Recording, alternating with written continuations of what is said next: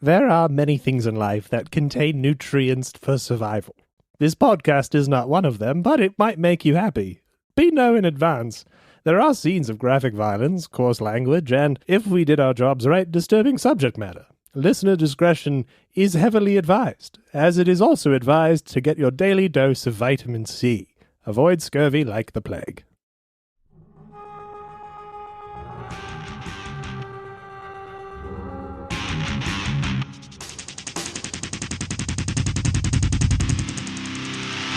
Hello and welcome to The Stars Aren't Alright, a actual play podcast using the Call of Cthulhu role-playing system. My name is Brian, and I will be your keeper for this evening. With me today are my dear friends, my compatriots. It's like a compatriot with nutritional value. We have Alex, Leah, Catherine, and Tom. All playing characters, just in case on episode 7 you weren't familiar. I just thought I'd really break it down with our format.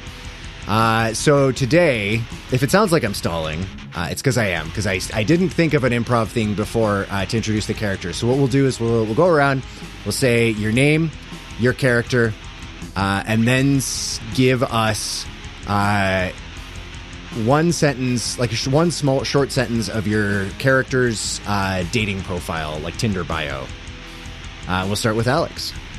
Hey, I'm Alex Collins, and I'll be playing a hyper-intelligent shade of the color pink in honor of the new pink dice that Catherine has purchased for me. The hyper-intelligent shade of the color pink's dating profile would just be a pink screen.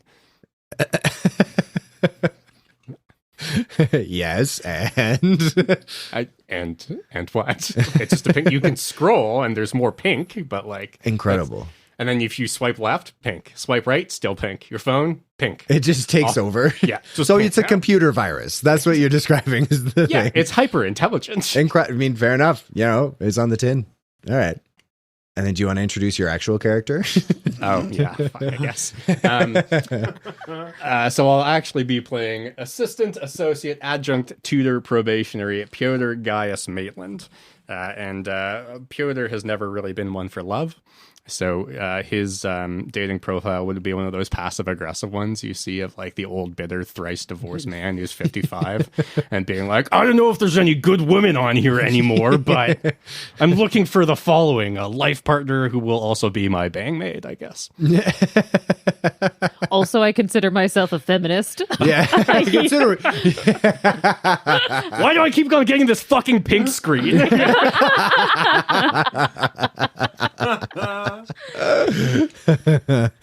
Incredible. Leah. Right. I'm Leah. I am playing Glade Walker, and her dating profile would probably just say casual, just looking for sex. Like DTF, essentially. Yeah. And then I imagine she would write her own computer program where it would display the swiper's address. So it's just like fucking better. She's not a stalker. Does not handle rejection very well. All right, Catherine. I'm Catherine. Who am I? I'm Catherine. She's already lost in it. I am totally lost. Also, yeah. Totally lost. The method acting is just incredible. You shush. What's the meth in method acting? Yeah. Beautiful teeth you have. Tooth. Beautiful tooth. That's Catherine's dating profile. Now, I played Juno Angevin, and Juno's dating profile would have probably a picture of her in her beautiful robes and really demand a lot from any suitor that would be expecting to meet with her. He needs to be under 5'5", so then she can always feel more important than he is. And she needs him to take direction very clearly and very well. And again, this is sounding very, very much like Percival, isn't it? But we were never going to fuck. So what is the Church of His Light's position on, like... Missionary. Specifically. On monogamy within the priesthood? Like, is Juno allowed to date? Is that a thing? Or? No. Now, Church of His Light, because it expands to so many different places, and it would be very hard to have a committed relationship kind of with the time and the communication difference in the space and everything, that it is best practice. However, it is not... What's the unpermitted word? Taboo? A sin? A sin? Taboo? They are allowed to marry and have relations. But when you are so devoted to God, you don't really need any other corporeal relationships. But she has fancied one or two people and will probably never talk about it. And maybe that's why her dating profile and history and suggestions are all so very rooted in assistant-ism. That's Juno has a vibrator and an assistant, and she's like, "What? Why would I need a boyfriend? Why would I for? need anything else? Makes no These sense. two things provide everything for me, and God, Fucking preach, of course. girl. Preach. I think that's probably what her personal stance on it is. Like, she's too involved in herself and everything that she's doing, that having a partner that doesn't physically serve her in some way is just silly. All right. Okay. Fair enough. Yeah. Right? Tom. Yeah, my name is Tom, and I am playing Lift. Everyone's laughing now. Audience is how I fall into character. If Lift were to have a dating profile, it would say something incredibly clever like, "I'd never forget you." And then he would have forgotten about the dating profile and never used it. And, maybe it was successful, maybe it wasn't. But if there was one line on it, it would be something well thought out, related to his existing trauma, and cheeky, like, "I'll never forget you," period. And it would have a picture of Doug. Wait, so do you mean it would be Lift, but then just pictures of Doug? Oh, yeah. Oh, interesting. Yeah, it's an active bamboozle. I mean, this brings up the So question. it's a throuple. You're looking for a third. Yeah, looking for a unicorn. Yeah.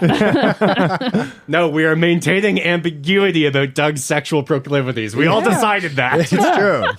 We can't nail that shit down. Is it because we all secretly want to fuck him? Probably. Anyways, yeah, that's Lived.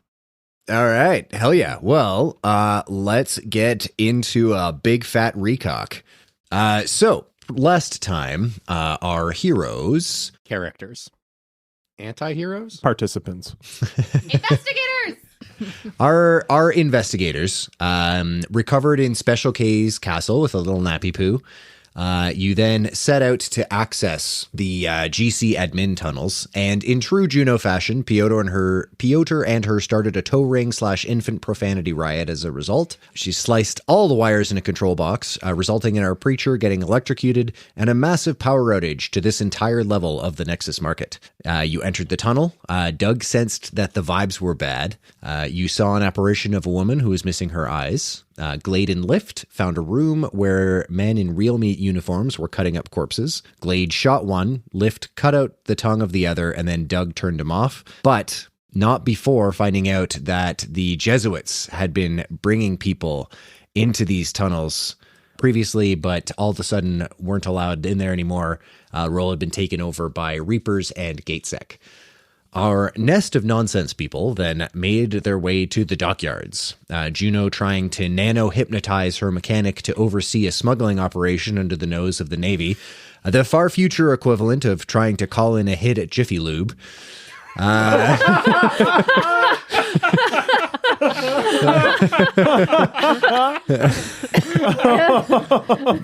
have a lot of They low fucking points. do it. Okay? I mean, it depends. You got to go to the right location. And they for do it sure. in 20 minutes around. I mean, as long as you get there before 8:30 a.m. If not, you gotta fucking wait in line. You should probably just come back tomorrow. Well, anyway, it didn't work. And as the crew was figuring out your next steps, Juno got a text from Donovan letting her know that some of the Reapers had taken off at a run after their phone call. Just as you guys are reacting to that news, a truck that has been offloading one of the ships it just basically blocks you off from the rest of the docks, and there is a screen on the truck that automatically starts playing an advertisement.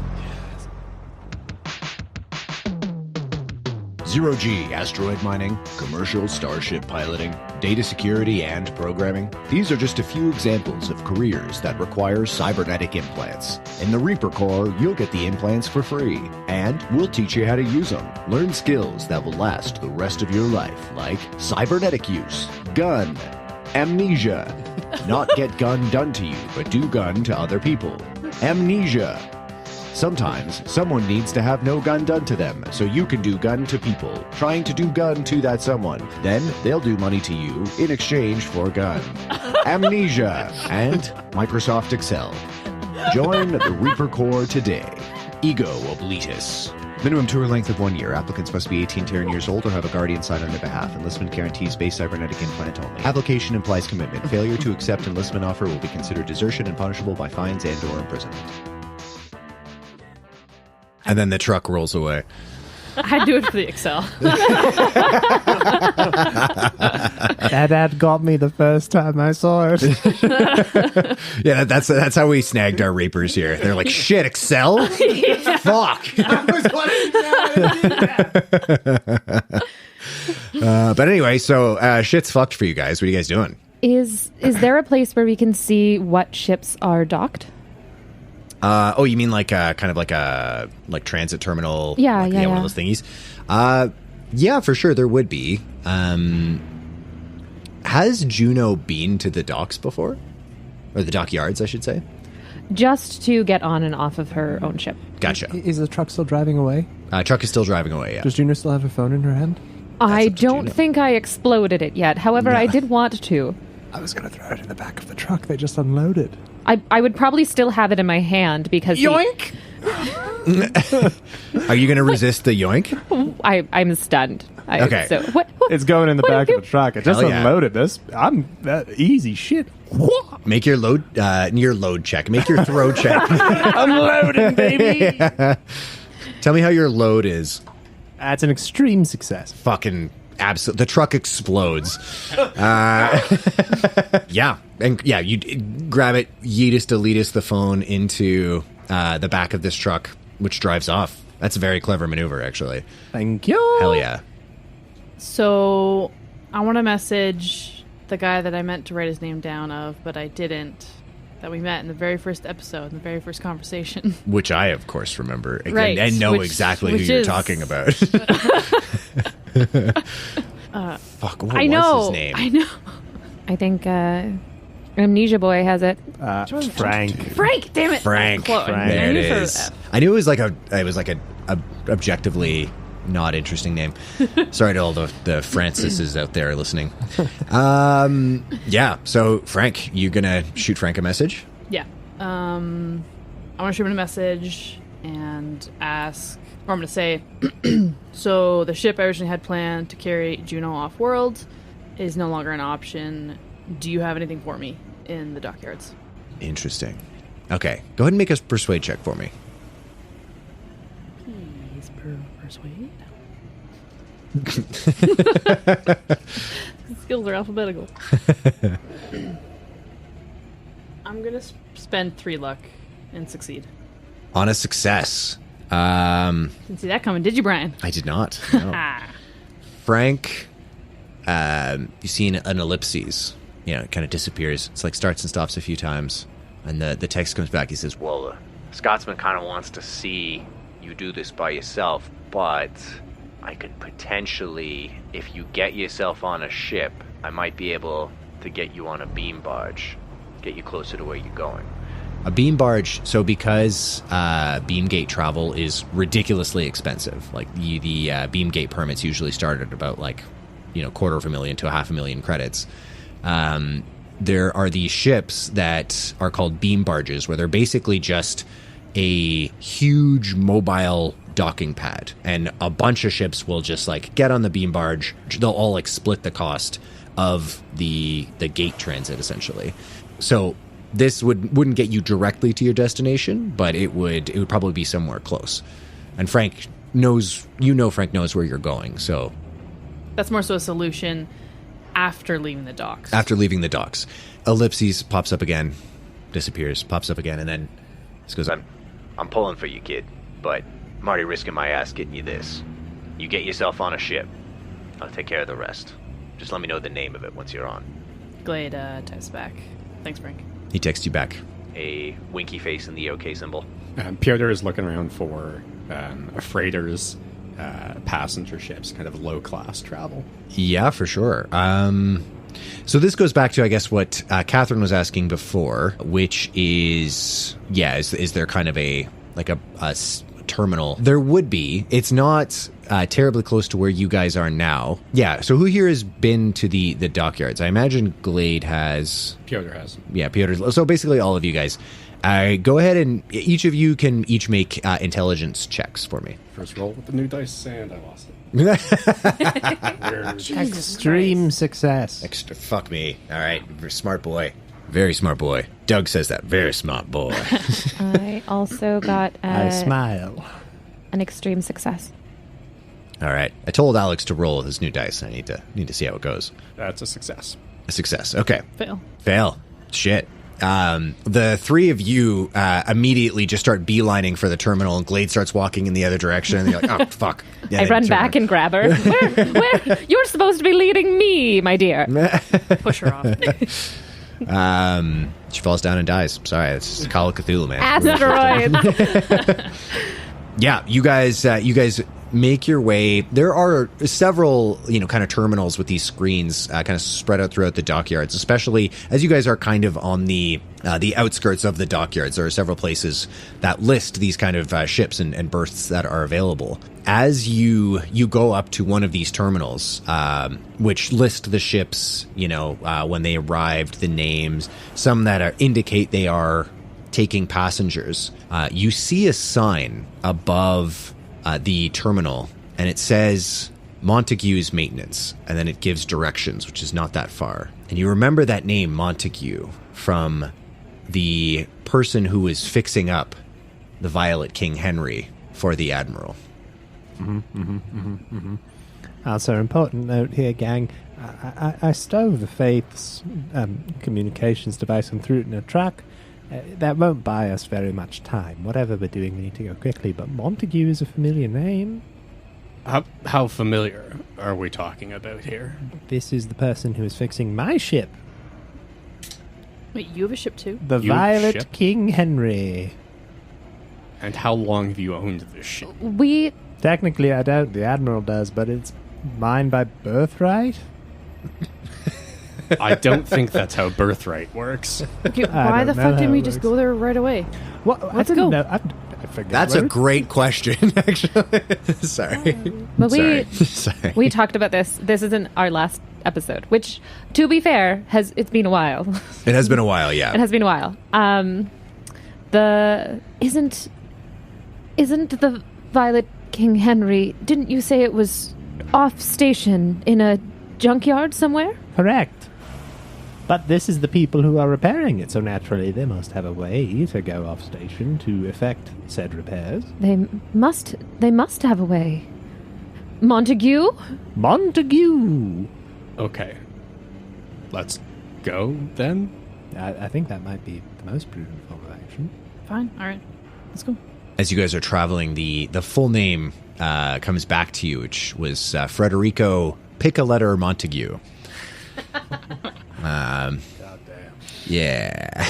Re-listen to that one today. The Picca letters are an upstart family. They're not, old Saul material or anything, but several noted explorers were Picca letters. It is hyphenated. You're absolutely right. Now I just need to adjust my notes for a completely unrelated reason.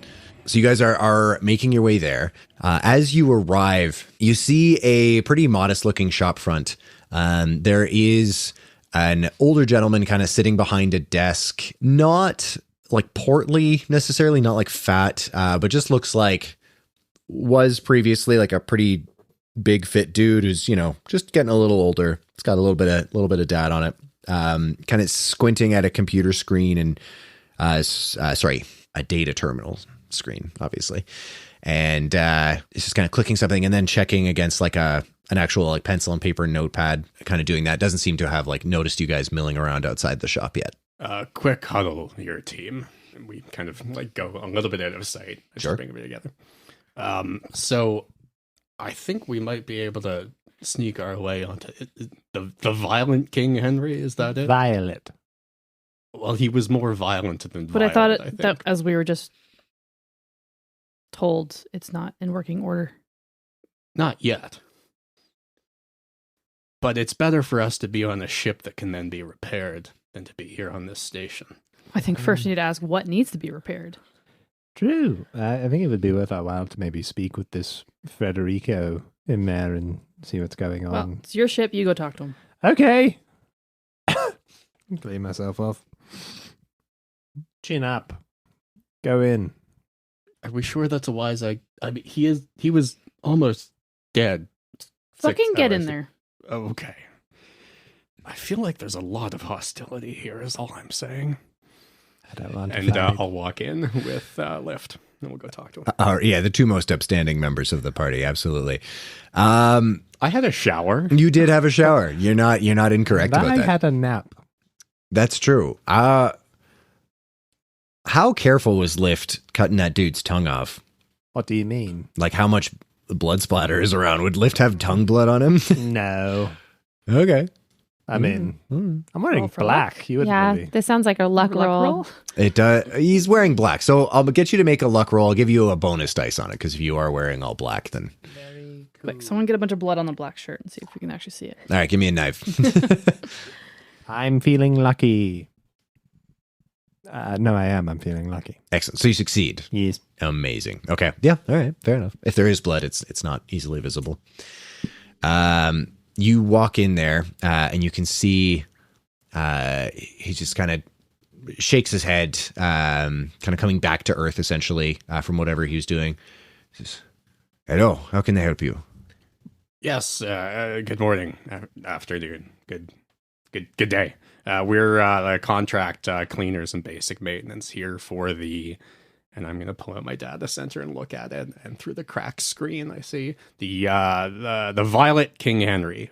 We were told that we'd be starting today. My shirtless companion here is correct. We require to see the Violet King Henry. Oh, because you took your shirt off to wrap around the Librum Dementi. You Wait, are shirtless. I'm shirtless. You look Okay, no, wait. I still have a tweed jacket. Though, Yes. right? Yeah. You're not a savage. We are very professional. I assume you're Monsieur Frederico. Yes, I am. Go ahead and make a fast talk check. Please, not me. I'm gonna. You're not wearing a shirt. Yeah. It's He's gotta wearing be. a tweed Can I try and jacket, save this though. real quick? It's yes, by all means. And I do apologize for my attire. You see, we had a little bit of a tough job on the last, and so I'll obviously clean myself up before we start working in your establishment here. My ear kind of falls off a little bit. Okay, because you caught it on the tail swing there. I'll say no penalty dice, but no bonus dice either. Just a straight roll. Fuck. That is a fail. A fail. You can see his eyebrows just kind of go up, and he just kind of like turns to you, and he says, "Right, this was Philip's ship. This is the one you hired you. I'm sorry. Come again. This is Philip's ship. Philip's ship. Philip. You know Philip, obviously. I'm not. We just get a contract number, really. Right. So do you want to tell me why you specifically picked out the ship that Kolonar bought years ago? And then you see his hand just kind of disappear under the desk. You know, I'm gonna go find a shirt. I am gonna start backing I away. can offer some very important context to this. Hello, Monsieur. My name is Captain Lift, and that's my ship. Lift, your Lift. I'm Lift. He talked about you quite a lot, actually. Can't you tell? He didn't warn me specifically that you would try some bullshit to get the ship, but I'm a sneaky cunt. he did mention that, actually. Those were almost his exact words. There we go. Captain, I heard you are a first lieutenant. Nah, I'm captain. I guess you are now. Well, it's my ship. I don't have a hat, but picture a tricorn. I'll put it in my head. I'll do my best. Wonderful. Well, How are the repairs going on the aforementioned ship? he just kind of puts up a little pad up on the desk and he says, just scan your identity, just so I know who you are. I don't know. Fucking. It's in the, just under your collarbone. So you can pick up the pad and just touch it to your collar. I mean, you don't have to physically. I don't know where this is all in the brain. I scan my ident chip. I do that. And he does it and he just says, okay. So he's dead then. Yeah. He gave me this cool little thing, though, which told me about the Violet King Henry. So, yeah, here we are. Well, he did already fill out all the paperwork to transfer it into your name. Amazing. He was a good man. I'm sorry he died. Me too. Seemed like he was running from something, which was funny for a man in his position. You don't see. No. I wish I could have helped, but I think he was too focused on trying to help me to let me help him. That was the impression I got, yes. Does the ship work? Yes, all the critical systems work. The drive works, life support, all checks out, all in the green. The gravity generator has been a thorn in my side for quite a long time. It works a little bit, like it will... it'll generate a limited field, so I was able to kind of rig up a bypass where it only will generate a field on the bridge. So All right. And I'm not very happy sending out sheeps in these conditions. The gravity generator can be the difference between life and death. Glade walks over. Trouble with the gravity? Yes, for the life of me, I cannot figure out what's wrong with it. Would you mind if I took a look? Well, I mean, the ship is currently about 1.5 kilometers hard vacuum away, but Is it a matter of parts? Is it just, or I don't know. I tried swapping out some of the parts. It's just, I think it's a power supply issue, but honestly, I have quite a few ships in my junkyard that I'm working on at the moment. So, do any of them have fully functioning gravity generators? the Violet King Henry is an older model. It's very difficult to find generators that fit it. The generator itself, it seems fine. It's somewhere, but there's a power generation problem. I haven't figured it out yet. I'm unfortunately not much of a mechanic, but Glade, you seem keen. Any chance you could bring us over to your junkyard? I could give you a hand. If you're taking possession of the ship, you just anyone who would like can make a psychology check. I don't understand that word. You never know. I'll give it a shot. No. That is a hard success. Hard success. You get the sense he's not stalling for any nefarious reason. He's dithering on whether or not to give you this ship because he doesn't like sending out ships that he thinks are dangerous for the people who are going to be using them. And he just kind of squints his eyes and he's like, you understand, with no gravity, if somebody breaks their bones, you're going to have to accelerate the ship or spin it or they'll just die. Like a lot of these simple injuries in 0G become very, very serious very quickly. So just... Sir, I understand your concerns. Weren't you going to get a shirt? I was... Yeah, weren't you going to get a shirt? I couldn't find one. Step out of the way. So, look.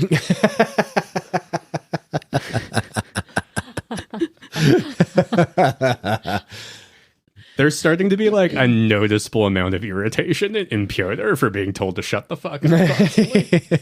That does make sense. Mechanic to mechanic. Look, I totally get that. But hey, why don't we go over there together? You can give me some pointers, I'll give you some pointers. Let's take a look at these things. Go ahead and make a mechanics check, but do it with a bonus dice. What's Glade's skill in mechanics? 40. Okay. Yeah, I'd still say make a bonus dice. Extreme success. Extreme success. He just looks you up and down. All right. I do feel a lot better putting it in the hands of people who will know how to maybe fix it on the run. I don't think you're going to need extra parts for it. I think it's just going to take time, which I don't have. I mean, maybe you'll even get lucky and get the med bay back online. I bet I could work some magic. And if it's a matter of parts on hand that might just cost a little extra money, we actually have an incredibly generous beneficiary for the Violet King Henry who would surely pay for parts to make her transportation comfortable on the flight. Well, we should all be so lucky. Indeed. May I introduce our super generous, frivolously careless with cash, Faith, Juno, Angevin, Faith. Pyotr had stepped forward before you. No, Pyotr, no. It's this one.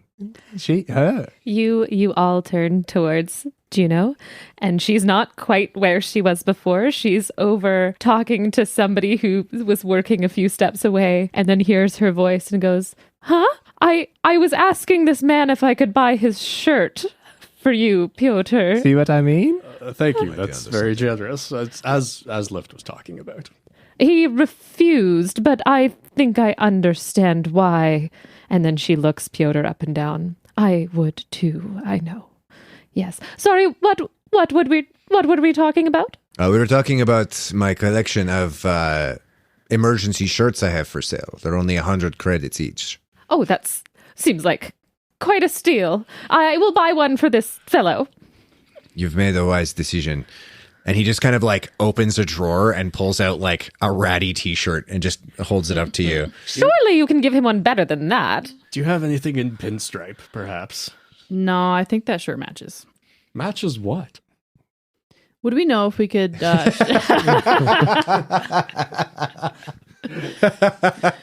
Could we take off at the junkyard? Conceivably. Yeah. So the other thing is he just kind of looks at you, Pyotr, and then you see a little twinkle in his eye, and he pulls out. It's not a great T-shirt, but it's not pinstripe either. But it is just another T-shirt that's definitely not as ratty. And nothing brand name. I mean, well. These are emergency T-shirts. Oh, I guess that's right. You did say that. Oh, acceptable. Fine, Pyotr, put it on. I am doing so, but of my own free will. Since when do you care what this man wears? Well, I don't want to be seen in ragged company. Lady, we're heading to a junkyard. Where are we heading? Sorry, I wasn't listening. A really bougie junkyard. Super fresh. Oh, like one of those before it's cool kind of places. Yes. Oh, interesting. It's a vintage ship store. Vintage. Oh, yes, some of my girlfriend's favorite things are vintage. I'm on board. Yes. And how much? What do we need? Well, you will need fuel. So, sorry, what I'm doing right now, I have made an autofill sheet. Shipbuilding in my homebrew system, you can basically build a ship from the ground up if you so choose. Because you're buying one, I kind of made one for you already, essentially. Autofill one? It is the autofill one, but I actually have one specifically for the Violet King Henry. Federico gets up and he says, "Do you all have vac suits?" Yep. Okay. I think we left ours in the... No, I still have mine here. It's wrapped around my journal. Oh, yes. I don't think Doug and I carried our vac suits. I think because you didn't specify, but I had assumed because when you came in from outside, you were planning on going back out. Yeah. So I had been assuming that you just had it with you. Yeah. Okay. I just don't. I want to be fair, right? Like, I don't know if we had the carrying capacity for that. I just shoved him under his shoulder, under his bathrobe. Perfect. Then yes, we have back seats. He's got big space helmet boobies. Hell yeah, Doug. It's an awesome rack. He says, you should be fine. We're going, I have a little skiff that they use to get out to the junkyard. But it's pressurized, but better safe than sorry. Right.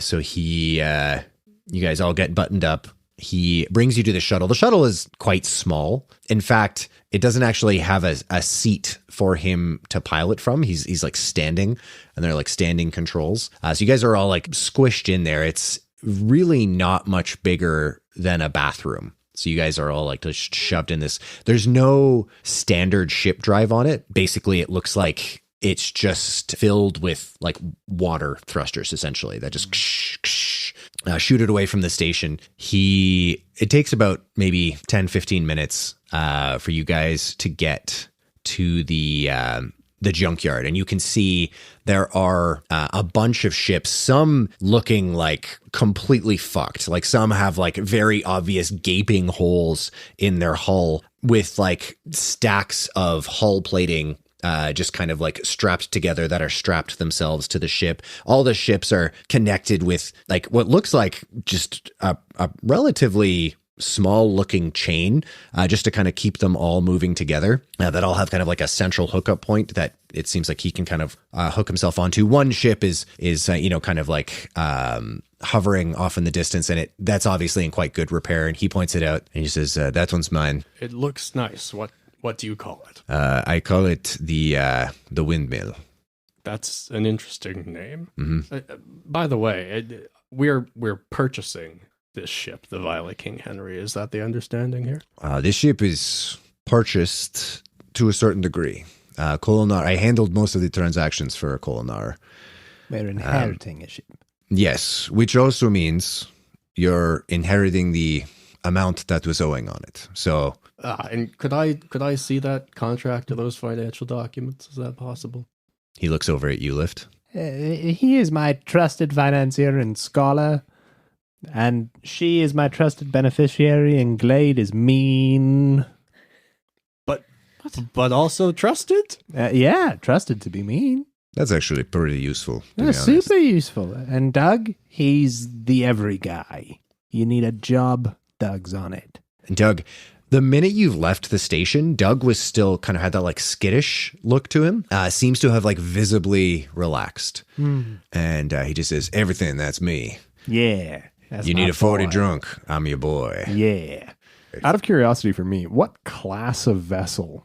Because I remember you put that kind of in the Google Doc. Yeah, totally. So if it was getting a naval designation, this would definitely be a decade class vessel. So it's pretty small. Yeah. So the naval vessels go decade, century, millennia, and then epoch. There's only 4 epoch level ships. When he starts pulling up to the Violet King Henry, it looks like an old hauler. It's not a pretty ship. It doesn't look particularly fast, but it does have some cargo space. As you're kind of talking to him, he says, the previous owner used to do a bit of deep space exploration, but just couldn't hack it. Couldn't stand all the time out there by himself in the void. So he came back, cashed in his ship. I think he must have hit something with it. It was pretty fucked up when I first got it. But Kolonar, he paid off most of it. Yeah, I think he must have spent most of his salary on it. And he passes the financial documents over to you, Pyotr, and you can see the initial cost of the ship was 121,250,000 credits.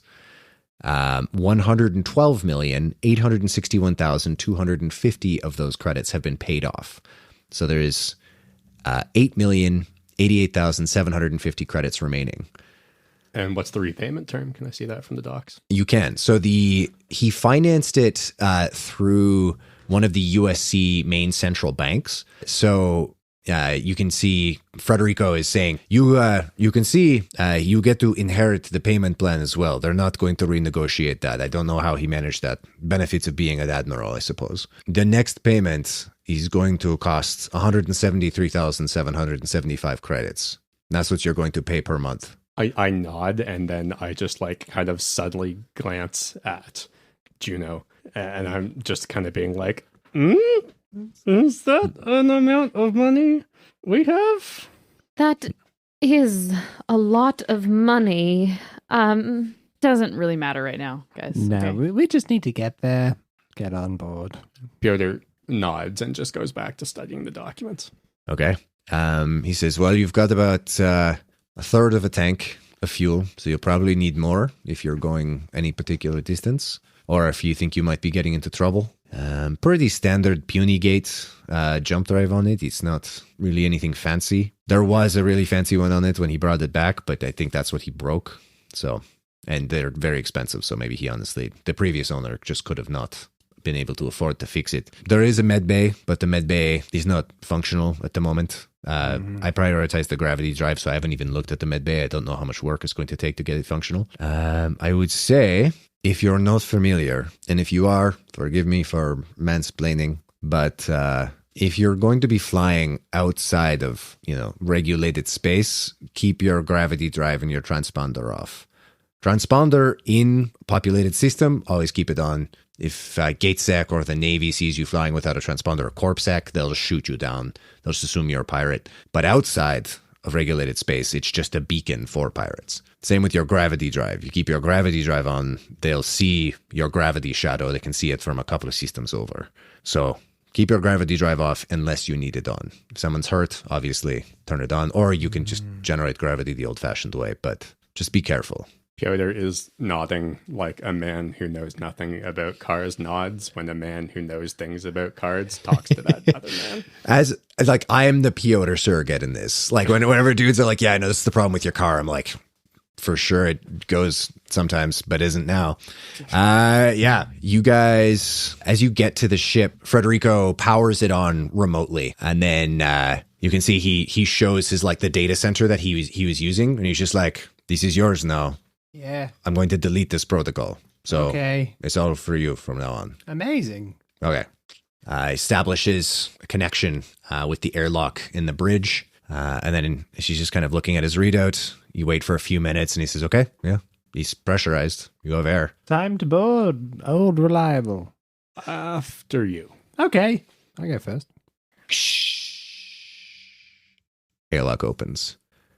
Inside the ship, asteroids. I knew it. Yeah. The same asteroid who was watching you before as you left the surgery takes off his hat. Parry the asteroid. Anyway, no. You guys, he gives you a walking tour of the ship. Now, I have the stats for the ship pre-selected for you. Because you're getting this used ship, but I don't have the layout of the ship pre-selected. It's not something you have to do now, but feel free to sketch it out. It can look like however you want. This is an atmospherically rated ship, so you can go, down to a planet's surface. So bear that in mind if you want when you're thinking about the design of it, which should be at least slightly aerodynamic. But feel free to, just go nuts. Design it yourselves. All right. Very fun. Leah's drawn 3 different dicks already. I have not. So Leah helped me playtest this system, and then I gave her this sheet. So they designed what the ship they called the Monstrosity, and it was just ovaries. It was just It was straight a up uterus the and uterus and ovaries. No dicks allowed. No dicks. Yeah. Classy lady, Alex. Alex. All right. So this is the ship. Beautiful Doug. Get comfy. There's a lot of cleaning to be done. As you turn around, you can already see Doug is just shrugging out of his vac suit and immediately has that like look in his eye, almost like he didn't even hear you, and is just hunting out the cleaning supplies while like sipping on the 40. Hell yeah. He takes the cap off actually because you're in 0G, and then he kind of goes to pour it in his mouth, but it just kind of splashes out. So he quickly caps it and grabs the globule of liquor, and then That's my boy. Yeah, starts looking up the. This ship will be spotless in no time. Cleanliness aside, in terms of adornment, what does the inside of the ship look like? Is it kind of gray, metallic, utilitarian? Or are we talking like wood paneling? It's very utilitarian. So nothing. If there was some character or, some sort of decorations added to it, they have been stripped away. Most of it looks like the ship is designed with 0G in mind. When you're going through the different corridors, you're looking at the doors, it doesn't really seem like there's a very firm design choice of up and down. It's, front and back for sure.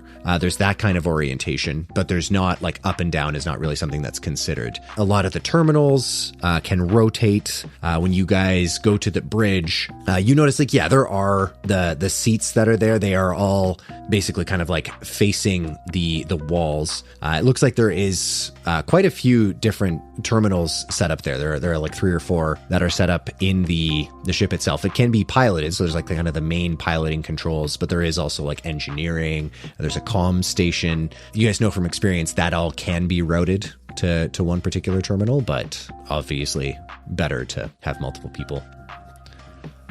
Pyotr is going to very unsteadily start drifting around and being like, I am going to locate a study for myself. Very good. Federico would have come on with you, kind of giving a bit of a tour, and he says, yes, no, there are crew quarters. It's each room is basically 2 bunk beds. And how many rooms? There are 3 rooms. We all start looking at each other. Yes. Well, Do you want to show me the issues with the gravity? Certainly. Yeah, absolutely. We can go over it. He brings you down to the room with the reactor, where the gravity generator is being powered. Go ahead and make another mechanics check for me. You got an extreme success in the last one, right? Yeah. Okay. I'll give you a bonus dice again, because fuck yeah, extreme success. Hell yeah. Hard success. A hard success. You're kind of like talking it over, and you get the sense like this guy, he wasn't able to fix it, not because he sucks as a mechanic. You actually get the sense that he's actually quite a competent mechanic. But then as you were approaching this junkyard, you see there were like a dozen ships out there. And he's obviously kind of working on all of them simultaneously. So as he's telling you this, you can kind of see him pulling up the checklist of like his troubleshooting steps that he'd already done previously, but he's having to like recall them. And so with that extra set of eyes, he starts running the diagnostics on the terminal there in the kind of like engineering department or compartment. And you immediately start like getting a sense of like things that he might not have necessarily missed, but solutions he wouldn't go to because they just take a lot of time. So go ahead on a hard success, roll a D10 for me. 5. So +1, 6. If you make 6 regular success mechanic checks, you will get the gravity drive up and running again. Cool. As you kind of like, you're looking and he's like, I can see a little spark in your eye. I think you've maybe started to figure this out. Yeah, of course. And you guys shoot the shit, technical jargon, Yeah. nano, etc. Nano this, nano that. Nano that. Everything's nano. He leads you to the med bay. And he says, I haven't even looked at these, but go nuts. Go ahead and make another mechanic check for me. With the extra die? Last time you just got a hard success, so no. Fine. Yeah. Deciding whether she used luck or not. Up to you.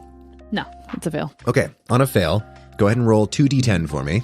Catherine just gave me the saddest puppy look. Wait, so that would be... That's 10 technically. So it's Yeah, it's a 10. Yeah. So 6 checks to get the gravity drive online, 11 checks to get that med bay online, and go ahead and roll a d4 for me. 1. And you're going to need to replace a lot of the wiring. Now, like vacuum rated wiring is definitely a lot more expensive than other types of insulated wiring. So it's going to cost about 1,000 credits to get the wiring that you're going to need. I'm sorry, so it was 6 for the... 6 to repair the gravity, but you don't have to necessarily spend any more moolah. Or 11 to repair the med bay and 1,000 credits worth of materials. Okay. Alrighty, what's everyone else doing? fiddling with the terminal. I'm assuming you're in the pilot seat. Yep. As you turn it on, the basic autopilot, basically like the setup, arrives, and you see a drop-down menu, and it just says select regional dialect. Oh, fuck. And you can see there's an option for a premium dialect package, but this is just old Earth European dialect. I'll take the basic dialogue package. If there's a premium, there surely must be a basic. There is a premium. It's subscription. So if you Nope. subscribe, it's 15,000 credits a month. Nope. I want the free one. Free. hitting free. So you get, it's basically Old Earth European dialects. Wonderful. Good day. Calibrating. Good day and cheerio, old chap. Wonderful. A fellow man of class. How are you doing, sir? I am doing wonderful. And then you see another dialogue option come up, and it says male or sorry, I shouldn't say that. It has masculine or feminine voice. I look over to Pyotr. Pyotr. Yes. Masculine or feminine? Feminine. Is it going to be telling us what to do? Yeah. Oh my god. Masculine. Noted. Yeah. Prerequisites demand that I make you masculine, good autopilot. Very good, sir. Very good. I am the Violet King Henry. I'm here to assist you.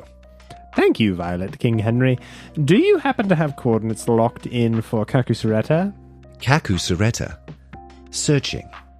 I have found Kakusureta. Would you like me to attempt to navigate to Kakusureta? Not at the moment, Violet King Henry, though I do enjoy a go-getter attitude. We're cleaning you right now. Do you feel that inside? It tickles. Good. That's a sign of a cleaning well done. Mm-hmm. Is it too late to make it feminine? Yes, that's locked in forever. It is. But you can hear that. All right. Do you mind if I just call you either Violet or King or Henry? Do you have a preference? You can call me whatever you'd like. I shall call you Henry. Very good. Henry. Henry it is. Henry, old chum. We don't need to go anywhere right now. Please just show me a system diagnostic for how capable of flight we are in this moment. I don't want any of my passengers being injured should we depart in haste. Running diagnostic for how capable we are of flight at this moment. I don't want any of my passengers dying should we leave in haste. I love how specific he is. There's one bar that comes up and it's like loading and then it checks and it's your exact statement and it's just a thumbs up below it. Hell yeah, Henry. That's exactly what I wanted to see. What is the status of the Puny Gate?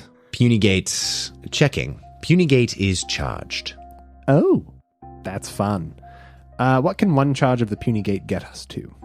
You have a current... So this is getting into... This is very crunchy. It's going to be a very crunchy episode, I'm just realizing. You guys are... With your current jump drive, it should auto-list it there. You can get 5 light years on one jump with your Puny Gate. There is an option to do something called boosting the jump. So it's dangerous. It can potentially damage the ship, but you can get 10 times the jump distance by doing it. So it's kind of a trade-off, boosting the jump. But get on that bean gate or bean freight. Let's go to the Bean This is Gate. Jizz and Shaw Station all over again. Henry, take me to the Bean You Gate. said it. I did. No, actually, no, you didn't. The beam barge is what you're referring Bean to. barge, So, yeah. Bean barge, not but you Bean did Gate. have to It sounded like you saying I bean know. the whole time. bean barge. Yeah, the it beam could be barge. a bean barge. That's fine. So the beam gate, beam barge. Bean gate, bean barge, whatever. Fuck you. I don't care. I made this world for you to play. You take a poop in my hands, and it's not even in the way I like. So you guys you're on the ship. You do have to text Frank actually the name of the ship. So yeah, I'm assuming you do so. Still close enough to the station, and while your personal data center automatically kind of like connects to the network of the ship, and so it's able to actually like boost the signal pretty easily to get back to the station, you get a reply back almost instantly, and it just says, You leave in 8 hours. I don't know that. Henry, "Yes, do you have any music? I do." Play music, Henry.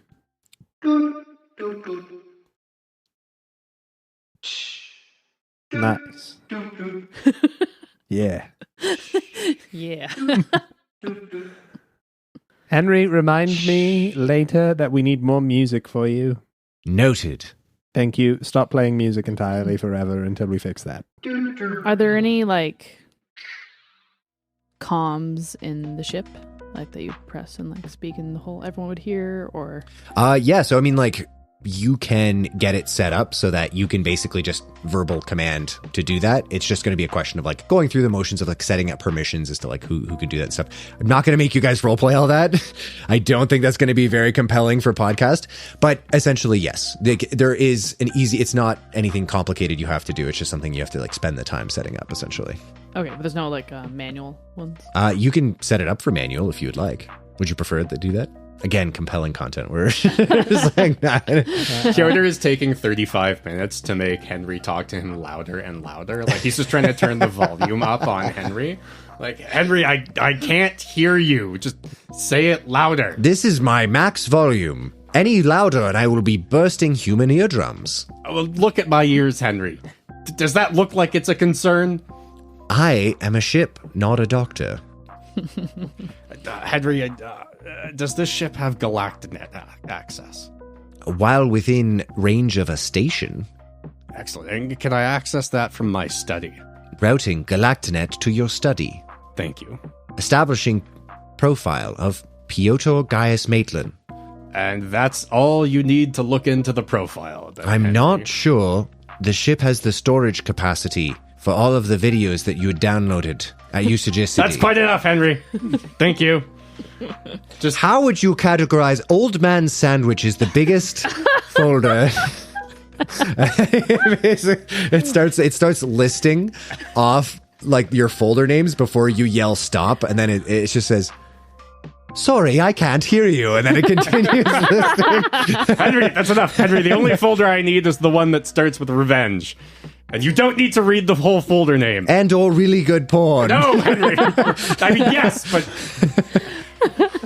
that's the only folder I need, Henry. It copies it over. Okay, and I'll retire to my study and pull that up and see if there are any messages. Henry. Sure, yeah, the messages. That's what I was going to do. Sorry, I would like to interject here for a second. You In may. the spaceship that has 3 bedrooms, where is your study? It's one of the bedrooms, and I've hung my coat on the door.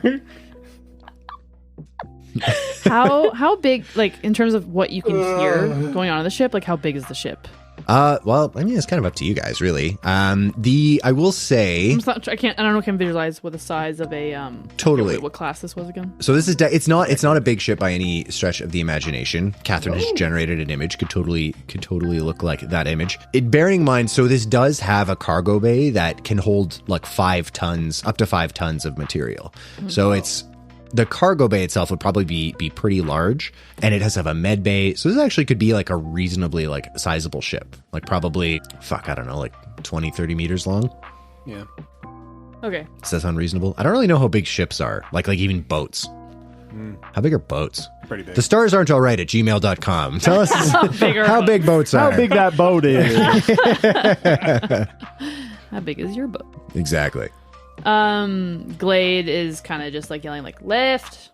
Yeah, But I have speakers turned on. I can hear everything. Stop that, Pyotr, please. You just hear, can I not get some simple privacy? Okay. lift. And the towel.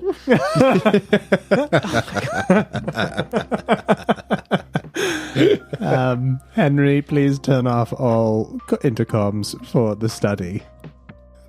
From this point on. Understood. Thank you, Henry. Yes, thank you, Henry. Hello? Yes. We gotta leave in 8 hours. Oh, we can leave him. Henry's ready to go, aren't you, Henry? No, we're not ready to go. Okay, Henry, you heard her. We're not going anywhere. You need to cool when you down. said we were ready to go, all of the screens on the ship flashed with a thumbs up. And you said, you heard her, we're not ready to go. It flashed with a thumbs down. Henry's a comic. How much time do we need? I'm not sure at this point, but at the very least, it has to be 8 hours. Under 8 hours. Under 8 hours. Where are we going? There is a bean barge that we can get onto. The good old bean barge, yeah. Beam barge. The bean boat. The bean barge going to jizz and sausage. Jizzixstan. Okay. Jizzixstan. Jesus. Pyotr pokes his head out of the study and goes, if we go to the bean barge, I would like to walk around and grab the leftover coffees so that... So the Bean Barge is actually a chain of coffee shops specific to Gate City, and it's a play on Bean Barge. However, Bean Barges, once you connect to them, there's no like common area where all the pilots hang out. It's basically just kind of like a shipping container attached to a huge exoskeleton that a bunch of ships connect to, and just enough of a drive to like keep it moving, get it moving to the gate. Basically. How far away is the Bean Barge? Are we talking about the intergalactic ship or the coffee chain? Yes. We should be able to reach it, but then we'll be able to use it to get Perfect. a lot further than we probably can with this ship. How long will it take us to get there, just so I know our absolute cutoff for departure? If you're getting beamed there, so Frank sends the details through. The beam barge is coordinating about 150 kilometers away from the station. It's where all the ships are meeting up that are going to... so he's got you a spot, gives you the berth number, everything like that. It will beam you to within 43 light years, he said, not making a number up off the top of his head, from Gizenshaw Station, which previously you guys were about 78 light years, I believe, away from Gizenshaw. Too many numbers. It is too many numbers. 78 light years, yeah. So it basically, like, you've saved yourself 30 light years of travel, which is quite a bit. Good. Yeah. All right, I'll keep that in mind. Yeah, and I want to fix this gravity gen, so I'm going to get to work on that right now. Wonderful. Don't bother me. All right. In the reactor room, there is a full toolkit already set up, well stocked, very well organized. You get the sense that this was more Frederico's work than the previous owner. Right. You set to work. Go ahead and make your first mechanic check. Spend 1 luck to succeed. Hell yeah. Okay. So make a note somewhere, like the numbers, and then you can just mark it off as you make these checks. I can also keep track of it if you'd like, but I'd prefer not to because I got a lot of things to pay attention to. I have a marker here. I have a marker here, or if you'd like to do a tally. You have succeeded your first check to repair the gravity drive, which is awesome. You guys have essential. Well, we'd say that would probably take about an hour. Because was that a hard success or a regular success? Regular success. Okay. Yeah, we'll say it takes about, well, realistically, it would actually probably take a couple hours now that I think about it. So then realistically, am I going to be able to fix this within 8 hours? You're not going to be able to fully fix it within 8 hours, no. But you've made, like, your first progress. And so... Oh, yeah, so you're going to be within 43 light years of your destination. Your puny gate needs to orbit a sun in order to charge. It charges, like, from the sun for 2 Terran days. So in order to do that, like, even to travel that 43 light years... To get to the bean barge? No, the bean barge... This is where the bean barge is going to take you. Yeah, okay, yeah. I did confirm with Henry that it is charged. It is the first... So the first jump's going to be fine, but then you are going to need to make 8 jumps to get... Or supercharge it, make 1 jump. Or supercharge it, make 1 jump. That's totally an option. Dangerous. Or like 2... Yeah, basically. But yeah, you could definitely do that. It's up to you. Previously, it was going to be quite a few more jumps. It was going to take you about a month to get there. But now it's only going to take you just over 2 weeks. It's actually pretty quick. Not bad.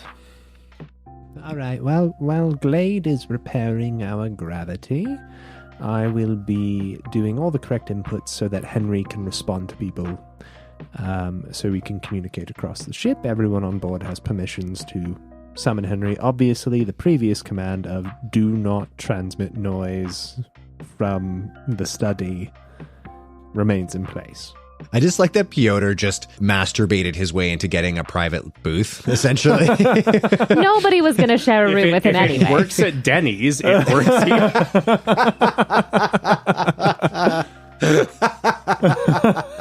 I dislike it. I don't like it. That's what they keep saying at Denny's, but here we are.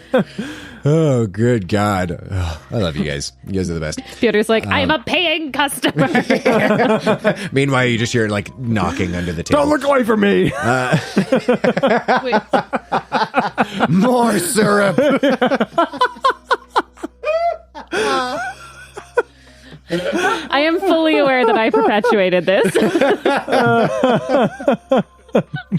Syrup. Anywho, somebody wants to play Call of Cthulhu. to understand this. Okay, so we have 8 hours. Well, no, technically less, right? To get to the beam barge. And do we need it charged at all for us to get from where we are now to the beam barge? No. The beam barge, what did I say? 150 kilometers Oh, out. so we're just like flying. Totally. We're not jumping. No. You're flying to the beam barge, and then attaching to the beam barge. Beam barge will take you into the beam gate. You will get gated to your destination. Off you fuck. Okay. And we can do that as we are now? Yeah. Or do we need to charge more? No. The puny gate is being charged, like holding a charge. Like it means that once you get beam gated to your destination, you can then make your first jump, like pretty much right away, and then you'll have to start the charging cycle. But you've got one basically already in the chamber, as the kids are saying in their reps. So we can get the Jizzixstan, no problem. Oh, good God. Gizensha. It's a word in another language. It's a word in Japanese. Like, I didn't just like combine random sounds. Sorry, Japan. We have a lot of countries to apologize for. At the end of season 1, we're going to have to make a statement before the UN. I swear to God. Carlin can record it. It's Yeah. We refuse to take accountability for our shitty jokes. Okay, so I would say Glade would try to fix it to the best of her ability up until like maybe just over an hour before we have to be at the barge. Sure, because you will have to power the ship up as well and just like, get it ready to move. I would say you'd probably have time to do one more check if you want to give it a shot. Also, if you fumble, though, the ship explodes. That's fine. Please no. Damn it. That's a fail. Fail? Yeah. Just with the time crunch, there is like the first check, you were like, we have enough time. I can just do this, right? And so you're just kind of working. It wasn't really like too much pressure, but then you were debating not doing that and instead making sure the ship was ship shape, ready to fly. And instead you're like, no, I can just squeeze this in. And that time crunch, you're not able to concentrate quite enough. So you hit a wall of, kind of like the power supply issue that you're kind of fixing. And you're like, shit, and you just have to put it down. So you don't add anything to those checks, but you also don't get to get another one, unfortunately. Do you guys just want to fast forward to beam travel, or is there anything you guys wanted to do before you left? No, nothing. I think Juno is off somewhere in the ship finding a quiet place, and she's praying to herself. Okay. And trying to kind of reconnect with all of the things that have just happened. This realization that she has been so singularly focused on herself, and she has failed so many people, especially in the tunnels, and that woman, that spirit of that woman that appeared. She is kind of hidden away, reconciling that. And is there a way that I could, while doing that, regain some sanity? I would say in this particular period of time, probably not. This is still a relatively short period of time, but ask me again after gate transit. Okay. Yeah. And then, because then you guys will be more into like the traveling thing. And then over time, if possible, entirely possible. Yeah. However, Pyotr, what are you doing with the book? So, despite everyone's insinuations that Pyotr was engaging in other activities, Pyotr went into the study, and he's taken the book and he has hidden it under one of the bunks. And he wants it to remain there, out of sight, and still wrapped in the vac suit. Okay. He is then getting onto Galactinet, and he's going to go to his messages and try to find the last message from the buyer of the book. He wants to message them back. So first he wants to see if there's anything else there, if he's received any messages since he burned the computer down in the library. There aren't any new messages. The last message, I believe, that you got sent was from the buyer, who had said, basically kind of giving you the heads up that they were coming for you to get the fuck off of campus. Mm-hmm. But no new messages from that point. Okay. And I just want to send a message to the buyer that says, where? You send that message, and I imagine Pyotr goes to like close it, because your correspondence so far has been pretty sporadic. You know, it's definitely not been like instant messaging kind of thing. Yep. However, there is a response almost immediately. And it just says, Gizenshaw Station. Well, that's convenient. And suspicious. And then another one comes through, and it says, are you with the Masked Reaper? Pyotr closes the terminal and goes away. Okay. I make sure Dougie boy is cleaning. Is he happy? Doug is... It's so sweet. He is like... That's what I do. I know, just... Is he He has got like headphones on. He has obviously like a little utility belt that he's kind of repurposed from one of the spacesuits, and it has kind of like some Lysol, a bunch of rags, and then the 40 just like stuck in there. And he's got like his big headphones on, and he's just booping. And he little is apron. Yeah, a little apron, obviously, and he is like detailing the ship. He's just like getting in like every fucking corner. And he seems to just be incredibly stoked. The 40 also has like a spray nozzle on it, so he can just like take that and just squirt it into his mouth. That's exactly correct. Couldn't have added anything more perfect to that scene. Absolutely. With a unbelievably genuine and wide smile on my face, I will look away from my main man, Doug, and go to not the study, one of the other two rooms, and set up one of the cots or whatever it is we sleep on in there to make sure that it's set up just the way he likes it, with one pillow, just the sheet, no top blanket, not over the feet because it's restrictive, to make sure he can curl up and be comfy. And then I'll go back to the pilot station and get us ready to get going. Okay. You begin the process of powering up the ship after setting up the Dougie's bed the way he likes it, and it is perfect, and you know it's perfect. Glade, you've been spending this time just working on the gravity generator, I should say. Juno was praying. Ship starts up, no problem. Frederico, you could see, was kind of like hovering nearby in his shuttle, and you get a connection request. I will accept it. And he just says, Everything looking good, all green? For the most part, we've got a very able-bodied mechanic on board, so I don't anticipate any serious problems. Wonderful. Good luck. Thank Be you. careful. Fly safe. I think our mutual friend left some things on there for you. If you ask the ship about it, it probably knows where. Thank you, Frederico. You're a very good repairman. Golonar was a good man. I liked him a lot. If you ever come back to Gate City, you ever put some scratches and dents on it, bring it back to me. I'm not saying I'll do it for free, but I'll help you out. Thank you. That's very kind. Of course. Henry! Are Yes. there presents for me? all that presence. Yeah. Checking. Little status bar pops up. All the screens go blank. And then they turn on with all of them thumbs up. Hell yeah, Henry. Where are my presents?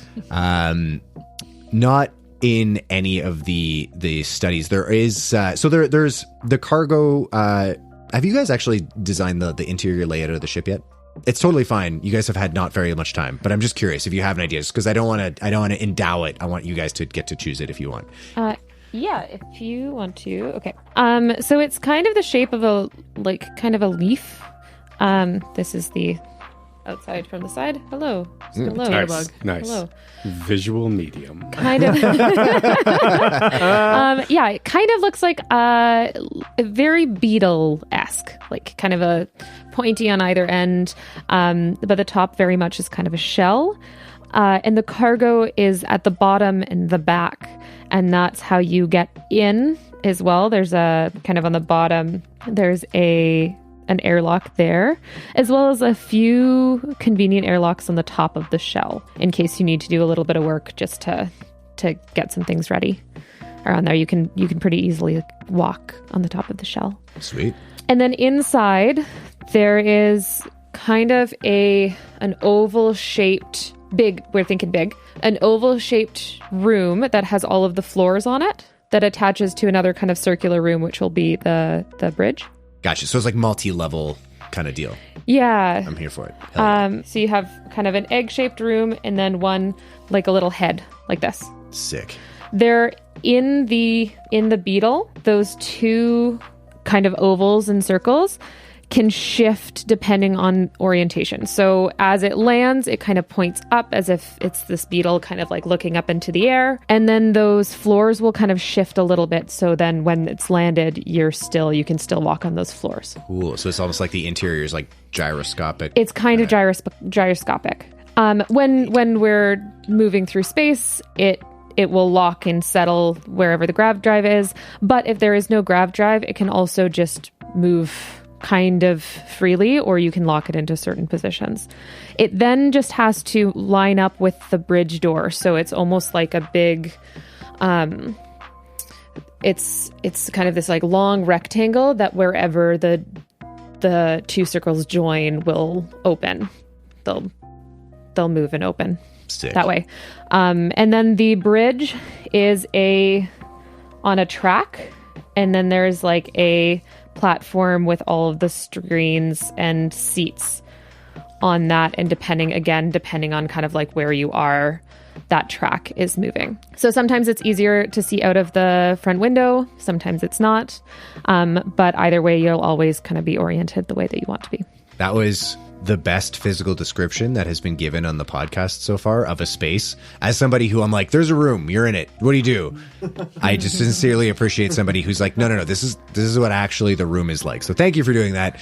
Amazing. That's awesome. So in that case then, across from the crew quarters, which are all kind of like grouped together, there are a bunch of lockers for personal effects that won't fit in the tiny little lockers that are under the bunk beds. A little map shows up to one of those lockers. Henry just says, additionally, there are some files here that Konar left for you.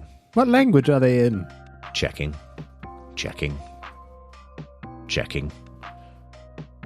English. I can't read. I'm going to go to the locker.